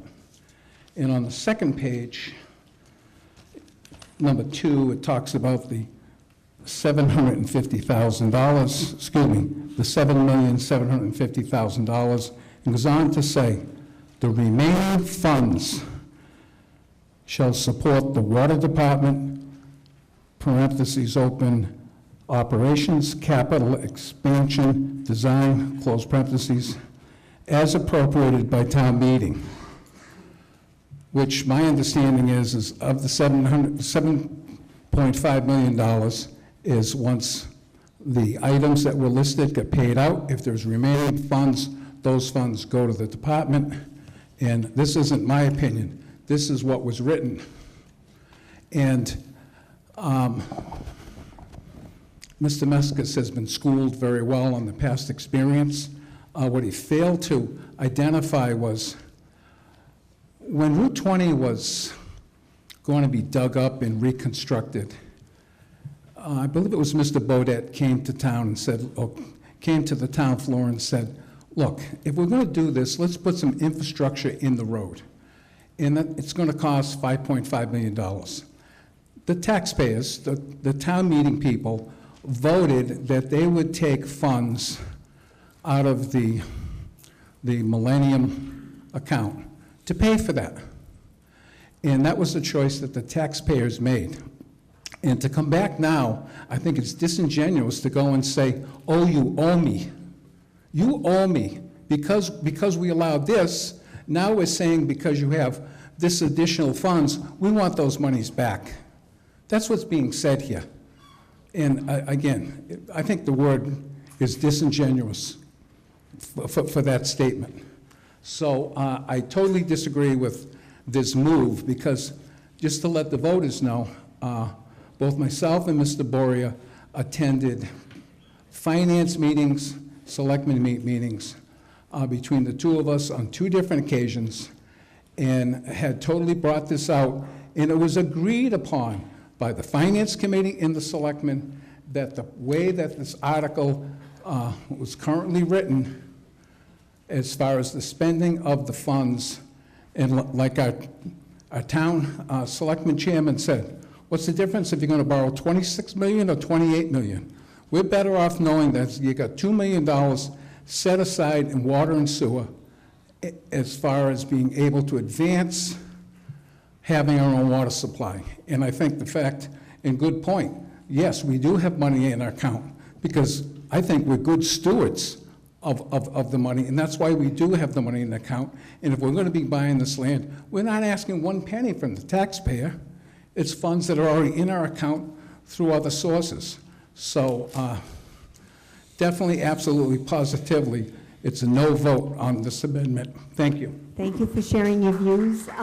I think Ms. Craver wanted to address something regarding this article. Yes, I'd just like to clarify. And I work for the board as they make decisions. I advocate for what their choices are. And in their last meeting, when they went over this, they did change the direction of those monies and voted to support to go towards water. I'm speaking because I do need to correct Mr. Lemansky, because I do believe he's incorrect. I was the author of that letter, and it says, as he stated, that monies would be paid back to those who paid. And the conversation that the Board of Selectmen, Finance Committee, and Water Sewer had was that there would be monies that would go to pay the taxpayer back, exactly as Mr. Meskis has stated.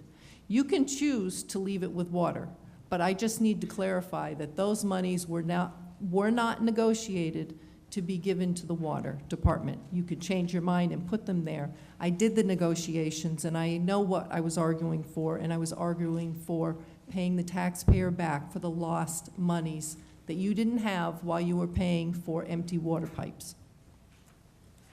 Thank you for adding that. Is there anything further to be said? Again, we're speaking just to the amendment. Mr. Lemansky, a further Thank you. succinct point? Sticking to the point and sticking to the facts. And I apologize for my glasses that broke about 90 minutes ago. But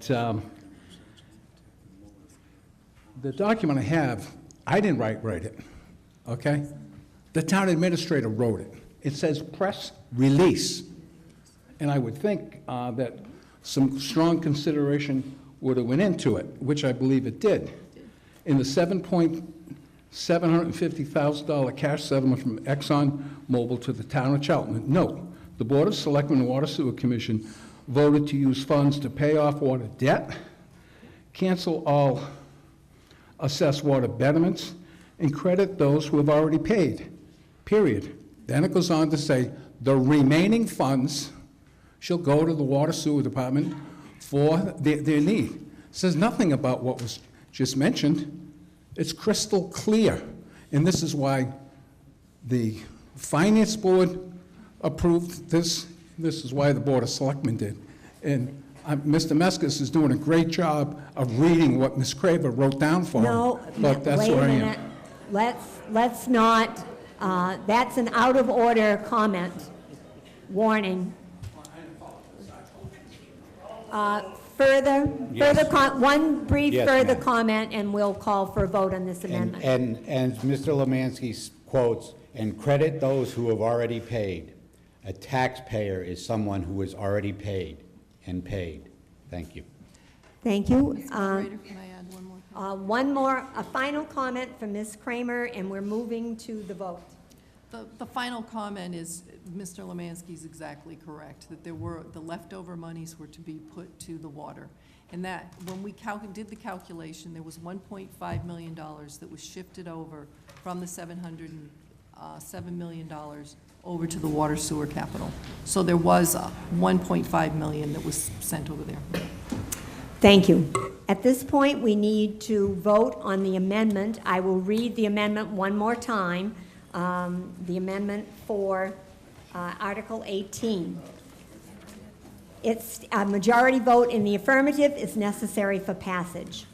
The amendment would strike from Article 18 the words "to the Exxon Settlement Fund Balance Reserve for Water Capital Projects Reserve for Appropriation Account number 1508-3262, and in place insert "to pay for a portion of the designing, construction of, and equipping a new public safety building, and for the payment of cost incidental and related thereto, the said building." All those in favor of Madam the Moderator, I'm sorry. amendment? Real quick. Can I speak to a couple points? Not at this point. This is just the amendment. I called for the vote. I'm sorry. All those in favor of the amendment as stated, please raise your voter registration card. And I will have, if they're still here, my counters, please count.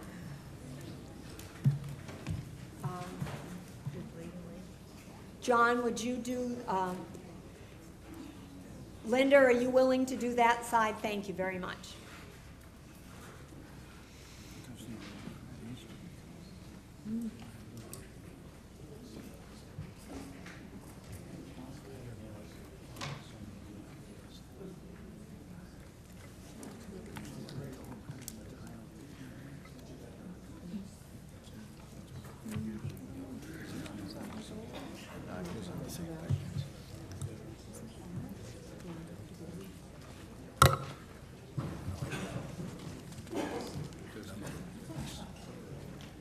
Thank you.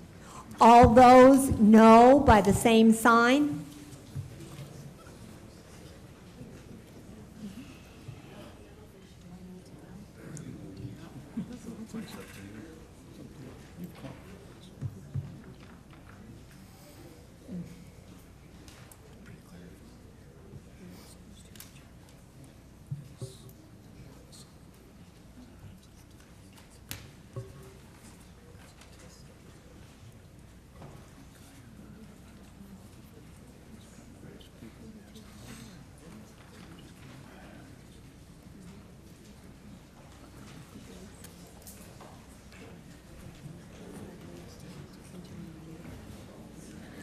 Thank you.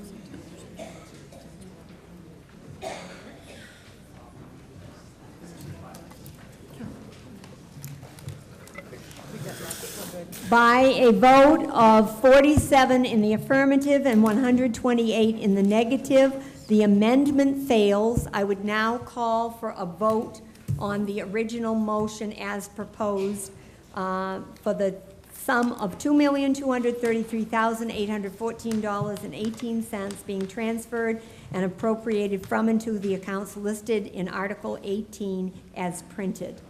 All those in favor, please signify by saying aye. Aye. All opposed by no? No. The ayes have it. A necessary majority is achieved, and Article 18 passes. Madam Moderator? Mr. Burrow? Okay. Oh, she never gets your name. My colleagues remind me that we have reached 11 o'clock. At this point, we have just a few articles remaining, but the decision is with the voters present.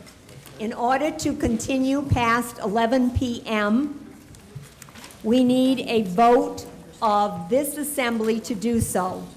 Otherwise, if we do not vote to continue and finish the meeting this evening, then we will need to set a new date and time for a continuation of the business that's coming before our town meeting.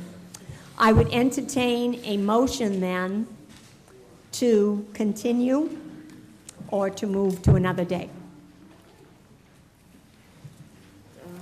I'll make a motion to continue for discussion.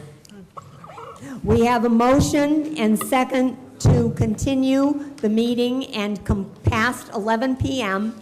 and to complete the articles that we have on the warrant before us this evening.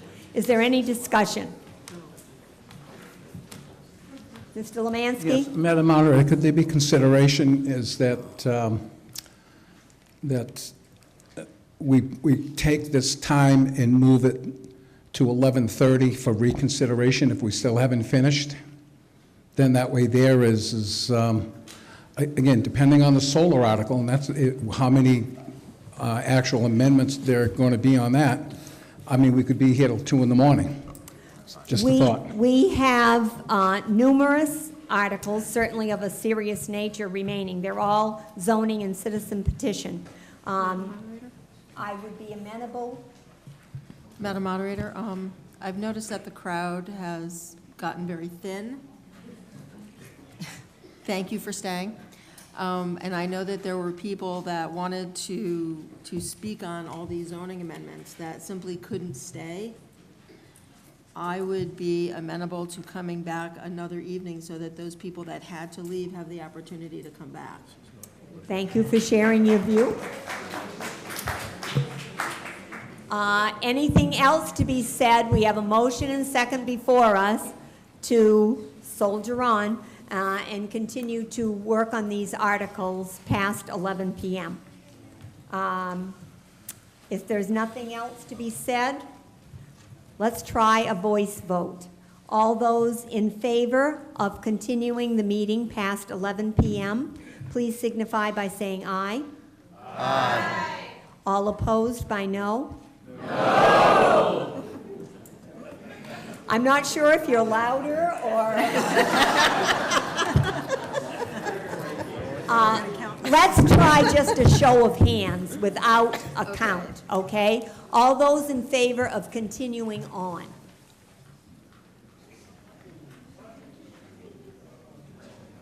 Oh, gosh. I guess we'll count, okay? Sorry. Sorry, George. One more time. I know.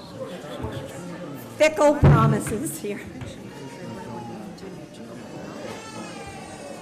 I think someone else is voting. That was a member of the Board of Selectmen.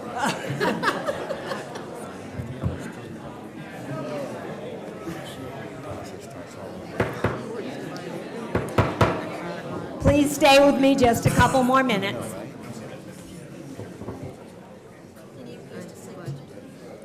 I know.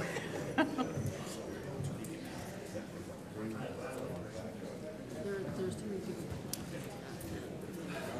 It's not fair.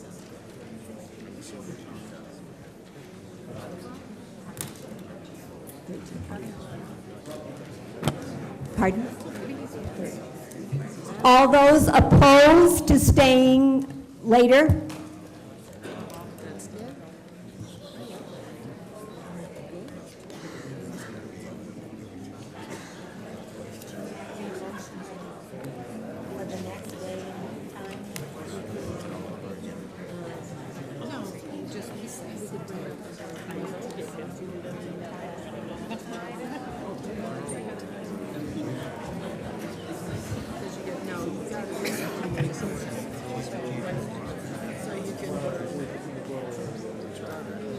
Nothing takes effect until this meeting is over, and even all the things we can't work on until we finish, right? So the longer they hold us up,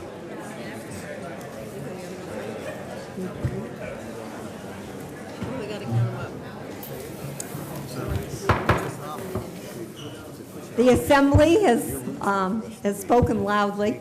There are 59 people interested in staying on and 102 people interested in going home.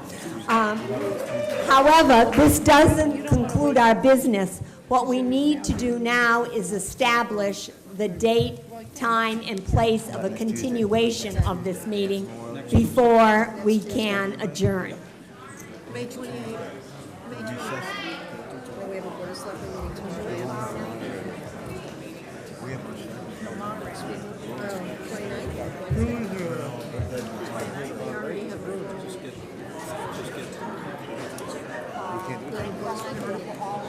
So we're effectively, we can't do it, so we're dead more. What about the 3rd? Right, but she can't do it.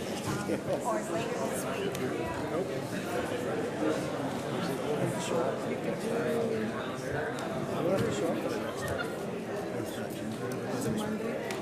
Monday, June 3rd? Monday, June 3rd. Monday, June 3rd? Monday, June 3rd. So we'll recess till Monday, June 3rd. That's true.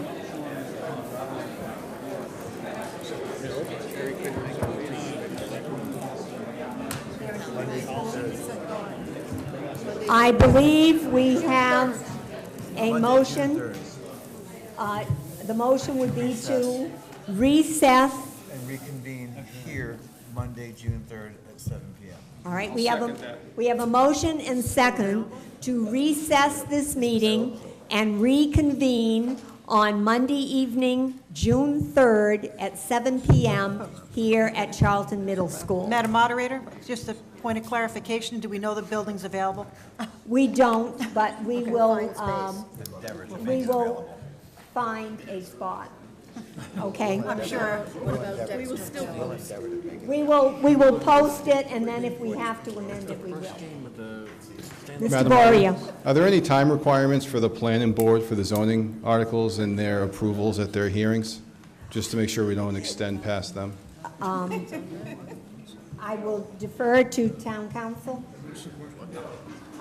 Will this impact any of the dates for the hearings that were held for the planning board? As long as as long as 21 days have passed since the planning board public hearing ended, then you're free to go. If they haven't passed, then you need a recommendation from the planning board. There should be no problem with going forward with the articles that we have remaining. Yeah, the planner right there. I know Hi, nothing Madam- about the planning board hearings when they ended. Okay, Mr. Scanlon, quick Yes, Bill point. Scanlon, Town Planner. Public hearing is good for 6 months. So we held the hearing on May 15th, so we have 6 months from that date for town meeting to act on those zoning articles. And we're going for June 3rd, so we should be all set. Okay, all right. We have a motion and second before us to recess and reconvene on June 3rd at 7 PM here at the Charlton Middle School. All those in favor, please signify by saying aye. All opposed by no? Meeting recessed. Thank you all.